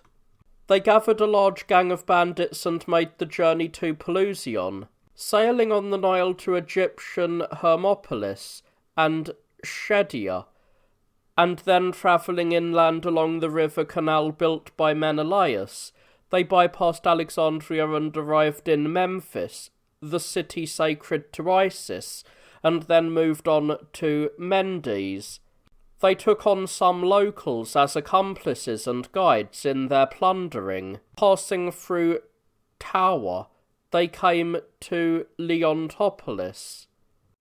Then, going past several other villages, many of which they wiped out, they arrived in Koptos, which is near Ethiopia.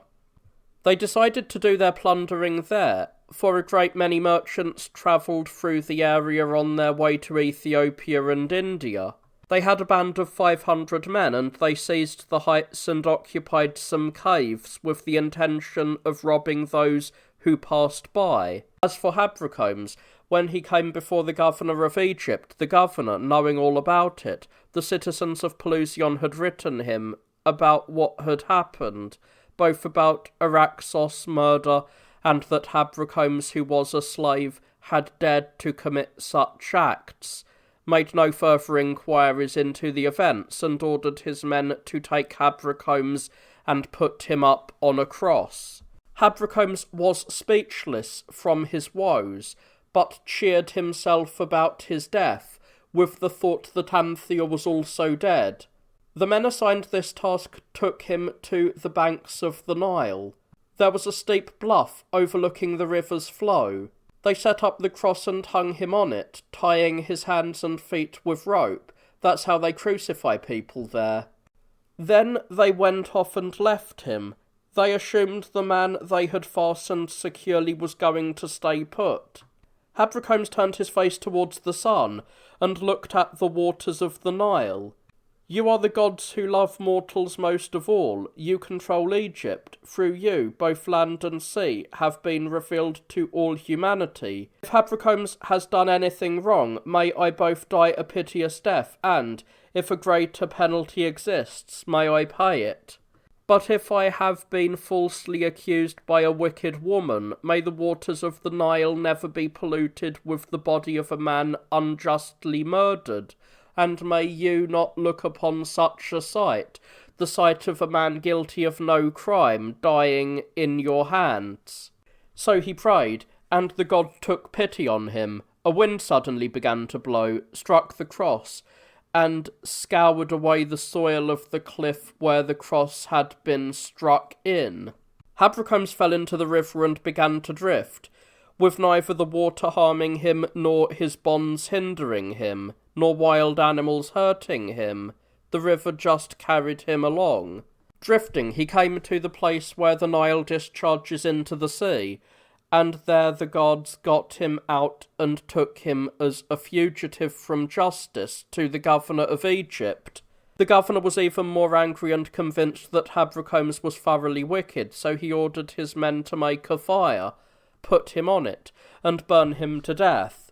Everything was ready, and the pyre was built by the mouth of the Nile. Habracomes was put on it, and the fire was lit under him, but just as the flame was about to reach his body, he again made a brief prayer, which was all he could manage, to be saved from the difficulties he faced. Then the Nile rose in a wave, and the water fell upon the pyre and put out the fire. Those who were there thought what had happened was a miracle, and they took Habracomes and brought him to the governor of Egypt. They told him what had happened and explained how the Nile had helped the young man. The governor was astonished when he heard what had happened, and ordered him to be put under guard in the prison and to receive all due care until such time, he said, as we ascertain who this individual is and why the gods care so much about him. So he was put in prison. Meanwhile, Pasamis, the man who had bought Anthea, decided to leave for home and readied everything for the journey. He was going to have to travel further into Egypt and go into Ethiopia, where Hippothos' gang was operating. Preparations were complete. A large caravan of camels, donkeys, and horses, a great deal of gold, a great deal of silver, and a lot of clothing. He was also taking Anthea. When she left Alexandria and came to Memphis, she stood before Isis's temple and prayed to her, O greatest of the gods, until now I have remained pure because it was believed that I belonged to you, and I kept my marriage unsullied for Habracomes. But now I'm going to India, far from the land of the Ephesians, and far from Habracomes' remains. So either save me in my misfortune and return me to the still living Habracomes, or if it is absolutely fated for us to die apart, do this, allow me to remain faithful to his corpse. After this prayer they set out on their journey. They had already passed Koptos and were crossing the Ethiopian border when Hippothos attacked. He killed Pasamis and many of those with him, and took his belongings, including Anthea, as a prisoner. Collecting the haul, he took it to the cave assigned by the gang for storing their property. Anthea went in there too, but she didn't recognize Hippothos, nor did Hippothos recognize Anthea, and whenever anyone asked her who she was and where she was from, she wouldn't tell them the truth, but would claim that she was a native of Egypt and that her name was Memphites. So she was with Hippothos in the cave hideout, and in the meantime the governor of Egypt sent for Habracomes.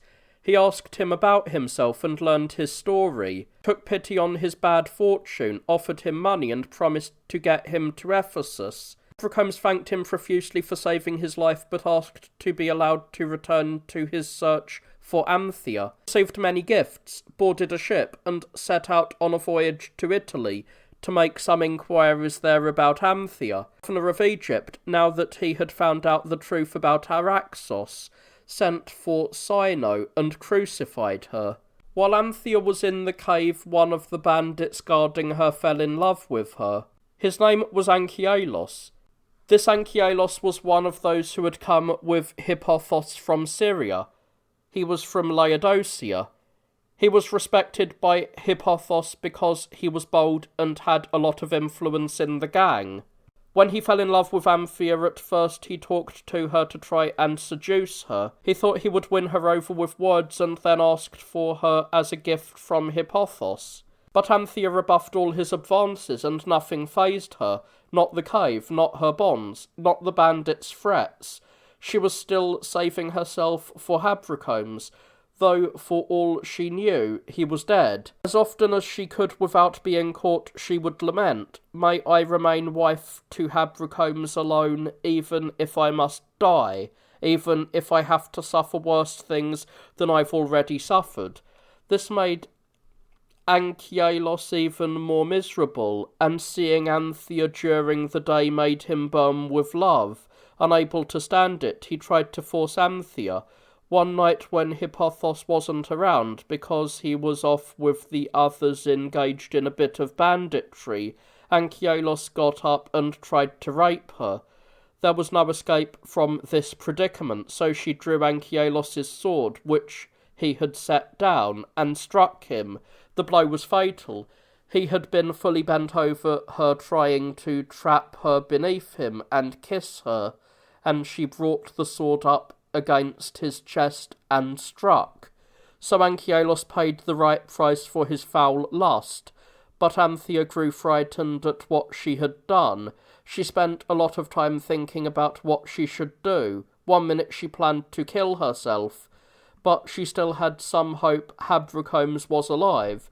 The next she planned to escape from the cave, but there was no way to do that because she couldn't easily travel on the road and there was no one to show her the way, so she decided to stay in the cave and accept whatever fate had in store for her. She waited that night. She got no sleep, but kept going over much in her mind. When day arrived, Hippothos and his men came back and saw Anchialos dead and Anthea next to his body. They guessed what had happened, but found out all the details by interrogating her. They were angry and decided to punish her and avenge their dead friend. They went over various things they could do to Anthea. One of them suggested they kill her and bury her with Anchialos, another that they crucify her. But Hippothos was really sad about Anchialos and came up with a worse punishment for Anthea. He told them to dig a wide, deep pit and put her in it, along with 2 dogs. The point being for the dogs to provide severe punishment for what she had dared to do.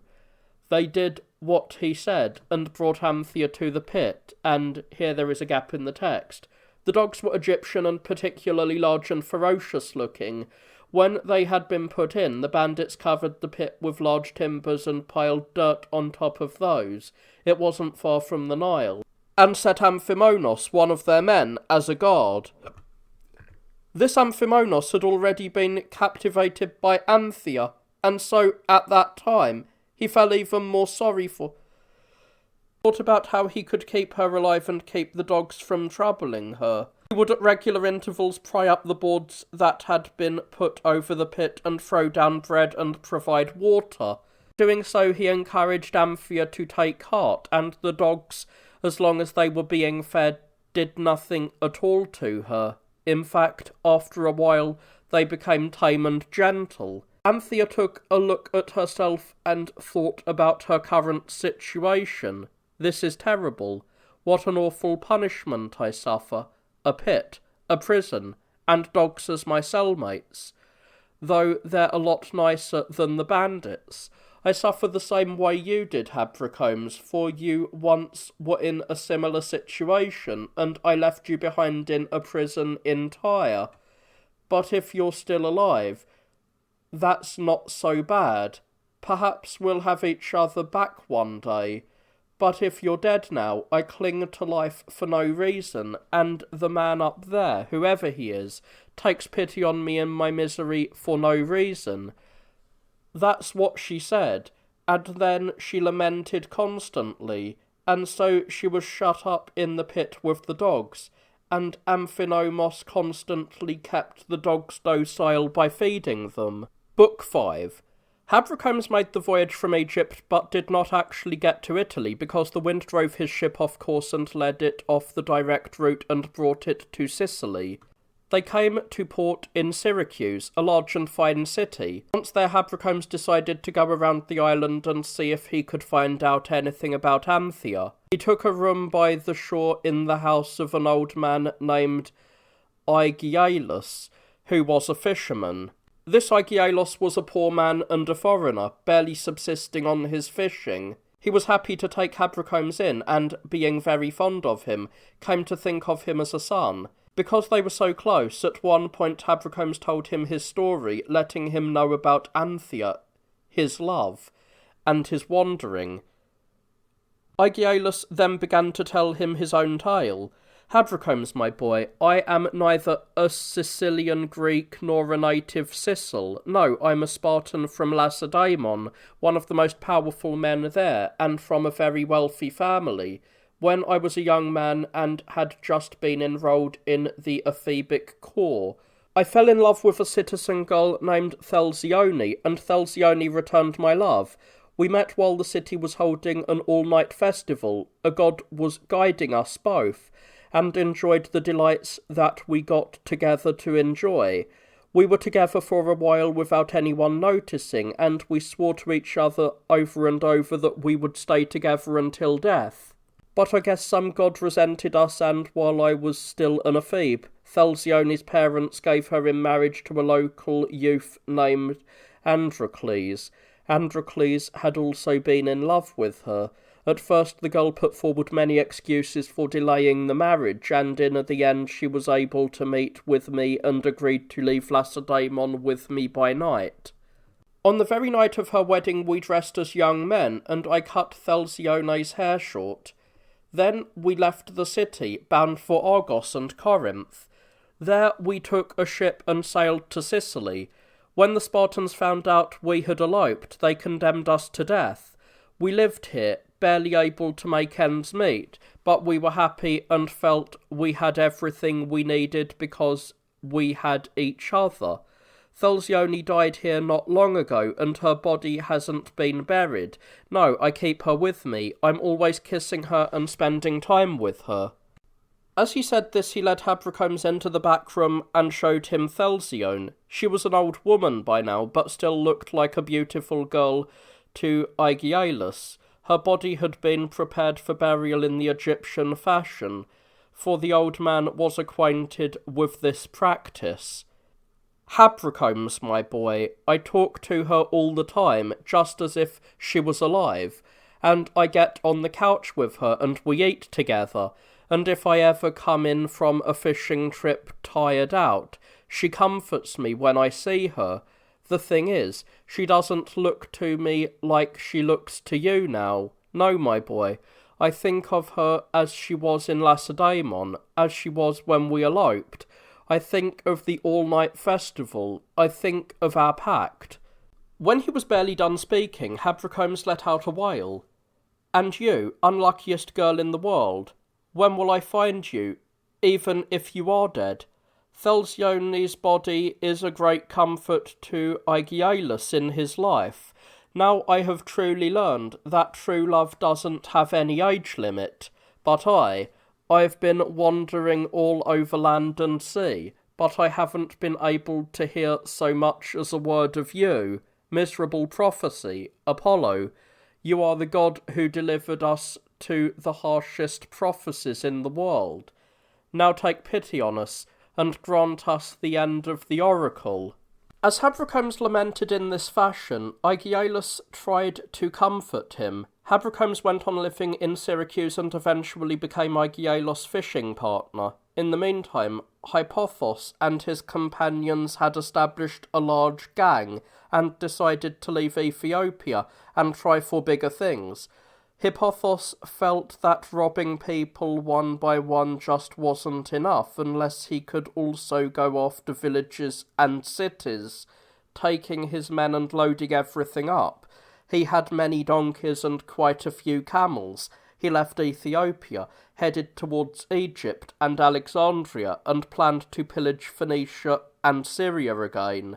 He assumed Anthea was dead, but Amphinomos, the man guarding her in the pit, was in love with her, and because of his affection for her and her impending calamity, he couldn't stand the thought of being dragged away from the girl, so he didn't follow Hippothos. Instead, he hid himself in the crowd of other bandits, and then concealed himself in a cave with the supplies he had managed to collect. By nightfall, Hippothos and his men had reached an Egyptian village called Aria, which they wanted to plunder. Amphinomos meanwhile dug open the pit, brought Anthea out, and tried to reassure her. She was still afraid and suspicious, so he swore by the sun and the gods in Egypt that he would keep her pure of intercourse until whenever she herself had been won over and was willing to sleep with him. Anthea put her trust in Amphinomos' oaths and followed him. The dogs were not left behind, but having grown friendly, were happy to come along. They made it to Koptos. They decided to remain there for a few days until Hippothos and his men had gone ahead on the road, and they made sure they had provisions for the dogs. Hippothos and his men attacked the village of Aria, killing many of the inhabitants whose houses they put to the torch. But then they didn't follow the same route that had originally brought them south.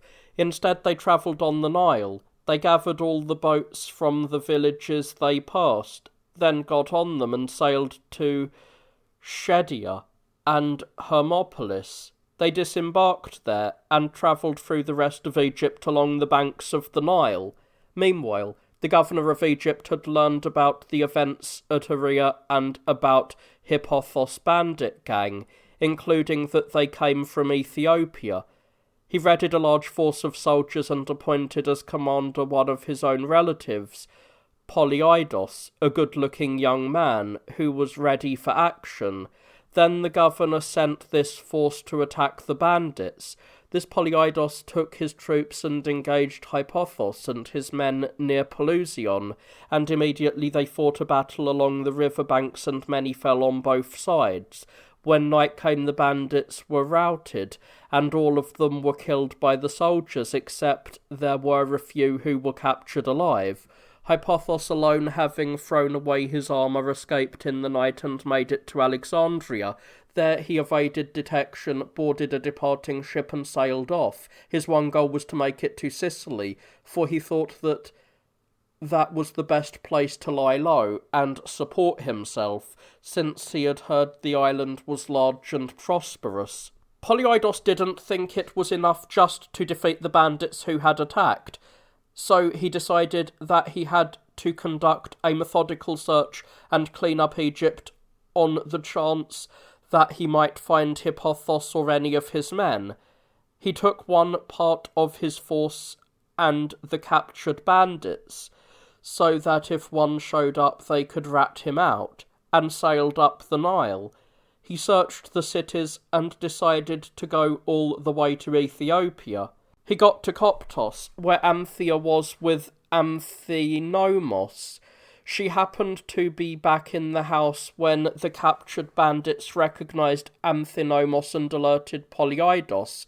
Amphinomus was arrested and under questioning explained the situation with Anthea. When he heard this, Polyidus ordered her to be brought also. When she arrived, he questioned her closely about who she was and where she was from. She didn't tell him one word of the truth. Instead, she said she was Egyptian and had been captured by the bandits. Polyidus then fell deeply in love with Anthea, though he had a wife back in Alexandria. Once in love, at first he tried to persuade her by promising her great gifts, but in the end they left for Alexandria, and when they got to Memphis he tried to use force on Anthea. She managed to get away, and went to the temple of Isis, where she became a supplicant. "Mistress of Egypt, you've helped me again and again. Now save me once more. Make Polyidus leave me alone. After all, my faithfulness to Habracomes has been preserved through you." Partly because Polyidus was afraid of the goddess, and partly because he loved Anthea and pitied for her plight, he went into the temple by himself and swore never to use force on Anthea or insult her in any way, but to keep her pure for as long as she herself wanted. He was in love with her, he decided, and it was enough for him just to be able to look at her and talk to her. She believed his oaths and left the temple. When they decided to rest up for 3 days in Memphis, Anthea went to the temple of Apis. This is the most famous temple in Egypt, and the god gives prophecies to all those who want them. After the petitioner approaches, prays and asks the god a question, they leave, and the Egyptian children in front of the temple foretell, some of them in prose, some in poetry, everything that will come to pass. So Anthea too approached and fell before Apis. "You are the god who loves mortals most and takes pity on all foreigners. So have mercy on me also in my misfortune. Please proclaim a true prophecy about Habracomes. If I am to see him once more and recover my husband, I will wait and stay alive. But if he is dead, it is right for me also to depart this worthless life." Moved to tears, she left the temple, and just then the children in front of the sanctuary were playing and shouting, "Anthea soon will recover Habracomes, her husband." When she heard this, she was heartened and offered a prayer to the gods. Right then, they left for Alexandria. Polyidus' wife learned that he was bringing a girl home who he was in love with. Afraid that the foreign girl would possibly be preferred to her, she said nothing, but thought about how she could punish the woman she believed was plotting against her marriage. Polyidus reported what had happened to the governor of Egypt and was at the camp dealing with the rest of the affairs that came along with his command. While he was away, Renaya, that's what Polyidus' wife was called, sent for Anthea, who was in the house, ripped her dress, and physically abused her. What a horrible woman, plotting against my marriage. It doesn't matter if Polyidos thinks you're pretty, this beauty of yours won't help you. Perhaps you could seduce bandits and sleep with a bunch of drunk young men, but you'll never get away with insulting Rania's bed. She chopped off Anthea's hair, put her in chains, and handed her over to one of her trusted slaves named Klytos. She told him to put Anthea on a ship, sail to Italy, and sell her to the owner of a brothel. That way, my pretty girl, she said, you can indulge your sluttiness to your heart's content. Taken away by Klytos, Anthea wept and lamented. Treacherous beauty, unlucky good looks. Why do you keep on tormenting me? Why are you causing me so much trouble? Weren't the burials enough? The murders, the chains, the bandit gangs? Will I soon be standing in front of a whorehouse with a pimp forcing me to give up the faithfulness to Habrocombs that I have kept until now? She fell at Klytos' knees and begged him, No, master, don't lead me to that punishment. No, kill me yourself. I can't handle a pimp as my master. You've got to believe me. I'm not used to sleeping around. Klytos felt pity for her. So she was taken off to Italy, and Rania told Polyidos when he got home that Anthea had run away, and he believed her, based on what had happened before. Anthea landed at Taurus, a city in Italy, and out of fear of Rania's orders, Klytos sold her to the owner of a brothel. When the latter saw her beauty, which was unlike anything he had seen before, he was sure he would make a nice profit from the girl. She was exhausted from the voyage and Rania's torture, so he let her recover for a few days. Klytos meanwhile returned to Alexandria and told Rania what had happened. Hippothos sailed over and landed in Sicily, not at Syracuse, but at Taramenion. He started looking for a way to support himself. In Syracuse, now that a long time had passed, Habrocombs fell into depression and serious difficulty because he could neither find Anthea nor go back home, so he decided to take a boat from Sicily to Italy and travel up the peninsula. If he couldn't find anything he was looking for, he would make an unlucky journey from there to Ephesus. By this point, both their parents and everyone else in Ephesus were in deep sorrow because no message or letter had come from the couple. By this point, both their parents and everyone else in Ephesus were in deep sorrow because no message or letter had come from the couple. They sent search parties in all directions, unable to hold out against despair and old age. Both sets of parents had ended their lives. While Habrocombs was taking his trip to Italy, Leucon and Rhode, the companions of Habrocombs and Anthea, decided to sail to Ephesus. Their master had passed away in Xanthos and had left them everything, and it was a lot. They assumed that their masters had long ago made it home, and they themselves had had enough experience of misfortune during their time abroad. Loading all their property on a ship, they set sail for Ephesus. They made the voyage in a few days and arrived in Rhodes. There they learned that Habrocombs and Anthea had not made it home yet, and that their master's parents had died, so they decided not to head back to Ephesus but to stay there for a little while until they could find out something about their masters. After some time passed, the pimp that bought Anthea forced her to stand out in front of the brothel. He had dressed her up in fine clothes and a lot of gold jewellery, and took her to show herself off in front of one of the cubicles. She wailed loudly, "This is terrible. My earlier misfortunes weren't enough. The chains, the bandit gangs. No, now I'm also being forced to whore myself. Beauty of mine, you deserve all the outrageous things that have happened to you. Why have you stayed with me, when all you bring is trouble? But why do I lament like this? Shouldn't I be looking for a way to preserve the faithfulness I have kept until now? She was taken to her cubicle while the pimp alternately encouraged and threatened her. When she got there and stood out front, a crowd of men, amazed by her beauty, ran over, and many of them were ready to spend money on their lust. In this impossible situation, she hit upon a scheme to get herself out of it. She fell to the ground, went slack, and imitated those who suffer from the so-called sacred disease. The bystanders felt pity, but also fear. They lost their appetite for having sex with her, but did try to help her. When the pimp realised how bad things had gotten, and resigned himself to the fact that the girl really was sick, he took her back into the house, put her in a bed, and took care of her.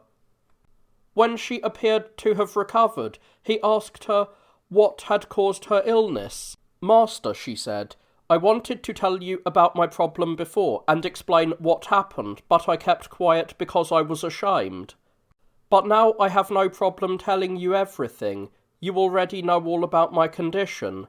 When I was a girl, I wandered away from my family during an all-night festival and came to the grave of a recently dead man. I saw someone rise from the grave and attempt to hold me back. I tried to run away and shouted. The man was fearsome to look at, but his voice was much more horrible. At last, when it was day, he let me go, but struck me in the chest and said that he had afflicted me with this ailment. From that point on, I have suffered the trouble in different ways at different times, but I beg you, master, don't be angry with me, it's not my fault. You'll be able to sell me and not lose any of the money you paid for me." The pimp was upset, but excused her since this was happening to her through no fault of her own. So she was being cared for at the pimp's place as if she was ill. Habracomes meanwhile set sail from Sicily and put in at Norsarion in Italy. Without a way to make a living, he had no idea what to do. At first he wandered around searching for Anthea because she was the basis for his whole life and his wanderings. When he could find nothing, because the girl was in Tarsus at the pimp's, he took a job with some stonecutters. The work was hard for him, since he was not at all used to putting his body to work on rough and strenuous tasks. He suffered and often lamented his fortune. "Look, Anthea, here I am, your Habracomes. I'm working at hard labour, and I've subjected my body to slavery. If I had any hope of finding you and of us living together in the future, that would cheer me up more than anything. But as it is, I'm probably out of luck labouring away in vain, all for naught. And you, I suppose, have died pining away for your Habracomes. Yes, I am sure, my dearest, that you would never, either living or dead, completely forget about me." So he was lamenting and suffering from his labours. Meanwhile, Anthea had a dream as she slept in Taurus. She dreamed she was with Habracomes. She was beautiful and he was handsome. The time was right at the beginning of their love, but another beautiful woman appeared and dragged Habracomes away from her. At last, as he shouted and called her name, she bolted awake, and the dream ended. After she had this dream, she got out of bed and lamented, believing that what she had seen was the truth. "This is terrible. I submit to all sorts of toil and go through all kinds of difficulties because of my bad luck. I find tricks no other woman could to preserve her faithfulness. Habracomes. But perhaps another woman has caught your eye. That's what the dream is telling me. So why should I go on living? Why torment myself? Better to die and leave behind this painful life. To leave this offensive, dangerous slavery. Even if Habracomes has already broken his oaths, I pray the gods won't punish him even a little. Maybe he's done it because he was forced to, but for me, the right thing to do is to die faithful." As she lamented, she considered ways to die. In Tauromenion, Hippothos, the Perinthian, at first had trouble because he had no way to make a living, but as time passed, an old woman fell in love with him. Compelled by his poverty, he married the old woman. After he lived with her for a short time, she died and left him her vast wealth and fortune. This consisted of a large troop of slaves, an abundance of clothes, and an extravagant supply of belongings.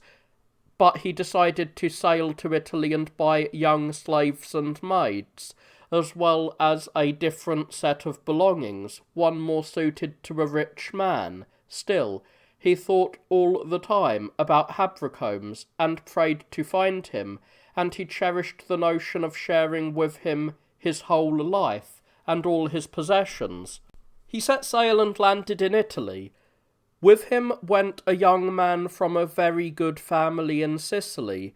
His name was Cleisthenes, and he shared all of Hippothos' possessions because of his good looks. In the meantime, Anthea seemed to have recovered, and the pimp decided to sell her, so he took her to the marketplace and displayed her to potential buyers. Just then, Hippothos was going around the city of Taurus, looking to see if there was anything nice to buy. He saw Anthea and recognised her, and was astounded at the odds of it all. He gave it a lot of thought. Isn't this the girl that I once punished for the murder of Anchialos in Egypt, by digging a pit and sticking dogs in there with her? So how did everything change? How did she survive? How did she escape from the pit? How was she saved against all expectations? He approached her as if he was intending to buy her, and when he was next to her, he said, "Girl, you're familiar with Egypt, aren't you? You had a run-in with bandits in Egypt, right? Didn't something else terrible happen to you in that land? Don't worry, you can tell me. I recognise you from that place." When she had heard Egypt, she remembered Anchialos and the gang and the pit. She gave a wail and sobbed. Looking at Hippothos, though she didn't recognise him at all, she said, "Stranger, I suffered a great deal in Egypt, terrible things. I don't know who you really are, but I did have a run-in with bandits. But how do you know my story? How do you explain knowing me and my misfortune? I mean, I've gone through remarkable things worth talking about, but I don't have the faintest idea who you are." When Hippothos heard this, he was even more certain from what she had said that she was who he thought she was. For the time being he said nothing, but after he bought her from the pimp, he took her to his place and tried to cheer her up. He told her who he was, and talked about what had happened in Egypt. He also described how he had gotten away and become rich. She asked for forgiveness and explained to him that she had killed Anchialos because he couldn't control himself. She also told him about the pit, Amphinomos, the taming of the dogs, and how she was saved. Hippothos felt sorry for her. He was still unaware of who she was, and from his daily contact with the girl, Hippothos came to love Anthea. He wanted to sleep with her and promised her many things. At first she refused him, saying she wasn't worthy to share her master's bed, but in the end, as Hippothos grew insistent and she no longer knew what to do, she thought it would be better to tell him all her secrets than break her promise to Habracomes. She told him about Habracomes, Ephesus, her love, her oaths, her misfortunes, and her encounters with criminals, all the while wailing for Habracomes. Hearing that she was Anthea, and that she was the wife of his best friend in the world, Hippothos gave her a hug, urged her to take heart, and told her about his friendship with Habracomes. He kept her in the house and provided everything she needed out of respect for Habracomes. He himself began to search to see if he could find Habracomes anywhere. Habracomes, meanwhile, at first worked laboriously in Nausarion, but eventually he couldn't stand the toil any longer and decided to get on a ship and sail for Ephesus. At night he went down to the sea, found a ship that was getting ready to shove off, got on board and sailed back to Sicily. He planned to head from there to Crete and Cyprus, then Rhodes. From there he would go to Ephesus. He hoped during the long voyage to find out something about Anthea. With his few provisions he set out and made the trip. He first went to Sicily and found that his previous host, Aegialos, had died. He poured libations at his grave and wept for a long time, then set sail again, passed through Crete and came to Cyprus. He spent a few days there and offered prayer to the ancestral goddess of the Cypriots. Then he set sail and came to Rhodes, where he took a room near the harbour. By now he was close to Ephesus, and thought of all the things that pained him: his home city, his parents, Anthea, and their slaves. How awful, he groaned. I'm going to arrive in Ephesus alone. My parents will see me without Anthea. Knowing my bad luck, I'll make a voyage in vain, and I'll tell a story that perhaps won't be believed. I've got no one who shared what I went through. Be strong, Habracombe. Stay alive long enough to get to Ephesus. Build a tomb for Anthea, mourn for her, and pour libations. After that you must join her. He went around the city, distraught and depressed about Anthea and from his lack of provisions. This was during the time that Leucon and Rhode were living in Rhodes. They had made a dedication in the temple of Helios next to the golden armour that Anthea and Habracombes had dedicated. They set up a pillar inscribed for Habracombes and Anthea in golden letters. Also engraved were the names of the dedicators, Leucon and Rhode. Habracombes came across this pillar when he came to pray for the god. He read it and recognised who had set it up, and the loyalty of his and Anthea's slaves, and saw the armour nearby. Then he groaned loudly and took a seat by the pillar. I'm unlucky in every way. I've come to the end of my life only to be reminded of my own misfortunes.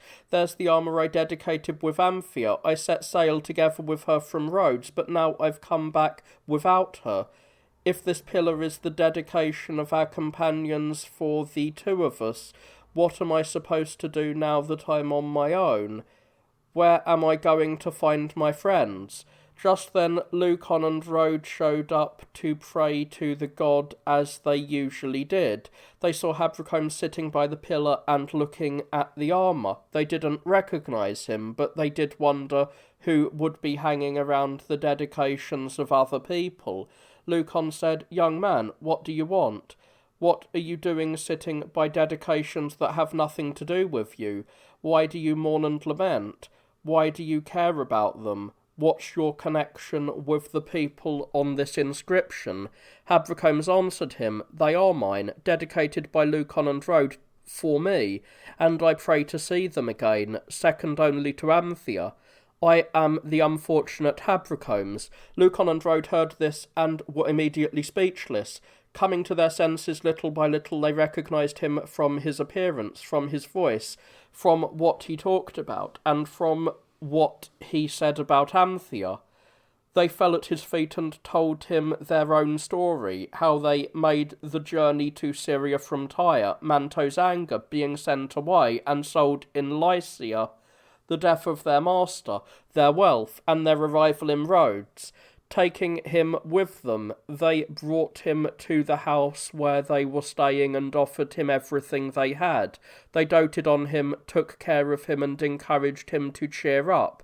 But nothing meant more to him than Anthea, and he mourned for her at every moment. While Habracombes was living with their old friends in Rhodes, trying to figure out what he was going to do, Hippothos decided to take Anthea from Italy to Ephesus to return her to her parents and find out something about Habracombes there. He loaded all his possessions onto a large Ephesian ship, set sail with Anthea, and made a very pleasant voyage in a few days. He put in at Rhodes while it was still dark, and found lodgings near the shore with an old woman named Althea. He had Anthea stay upstairs with their hostess, and he himself rested that night. The next day they tried to arrange passage on a ship, but there was a magnificent public festival being celebrated by all the Rhodians for Helios. There was a procession and sacrifice, and the whole citizen body took part.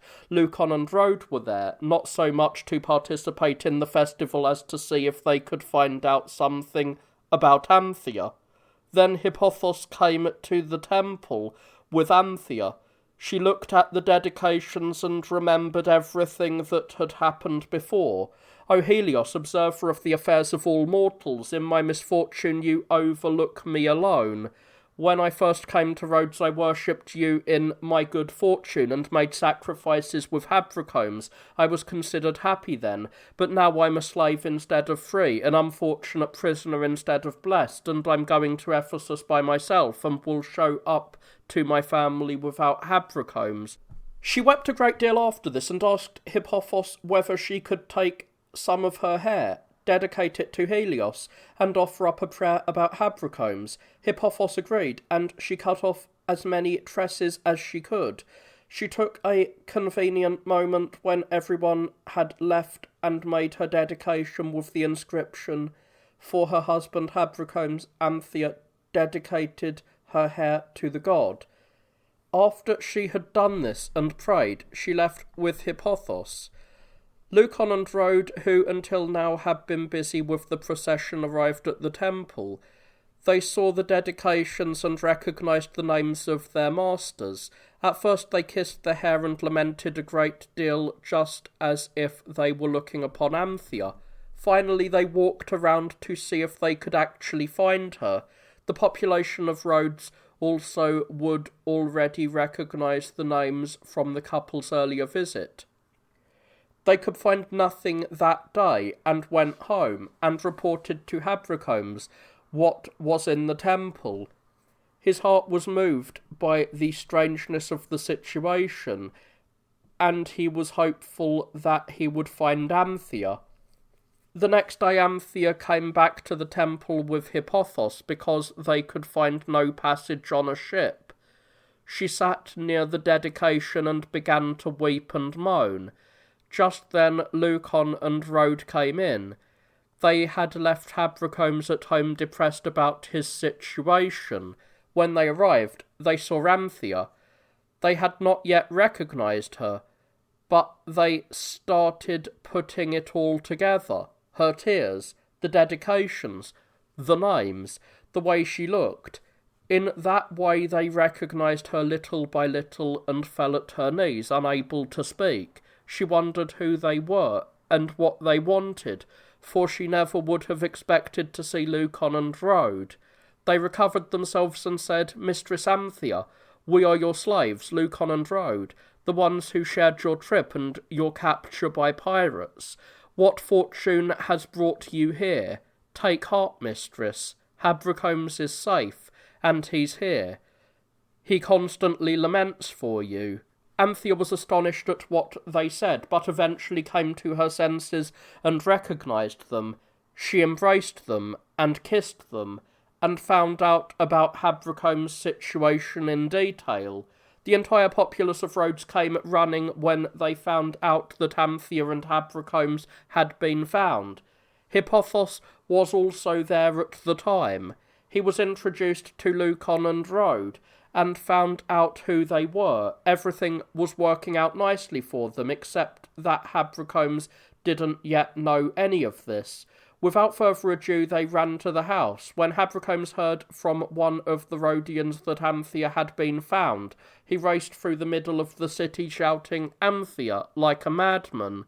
He ran into Anthea and the others at the Temple of Isis, with a large crowd of Rhodians following along. When they saw each other, there was instant recognition. Their souls had been longing for this. They embraced each other and collapsed to the ground. Many emotions overcame them all at once. Pleasure, grief, fear, remembrance of what had passed, fear of what would happen. The people of Rhodes cheered and shouted, calling upon the great goddess Isis. Once more we see the beautiful Habracomes and Anthea. Recovering themselves, the two got up and went into Isis's temple. They said, "Greatest goddess, we are grateful to you for saving us. Through you, goddess most honoured by all of us, we have been reunited." They prostrated themselves before the sanctuary and knelt before the altar. Leucon and his friends then took them to the house, and Hippothos moved his things into Leucon's house. They were ready to sail to Ephesus, and as they sacrificed and feasted that day, there were many different stories from all of them about everything each had gone through and done. They kept the party going for a long time, since they had been reunited after so long. When it was already night, everyone else went to bed as they got tired. Leucon and Rhode, Hippothos and the handsome Cleisthenes, the young man from Sicily who had followed him when he came to Italy, and Anthea went to bed with Habracomes.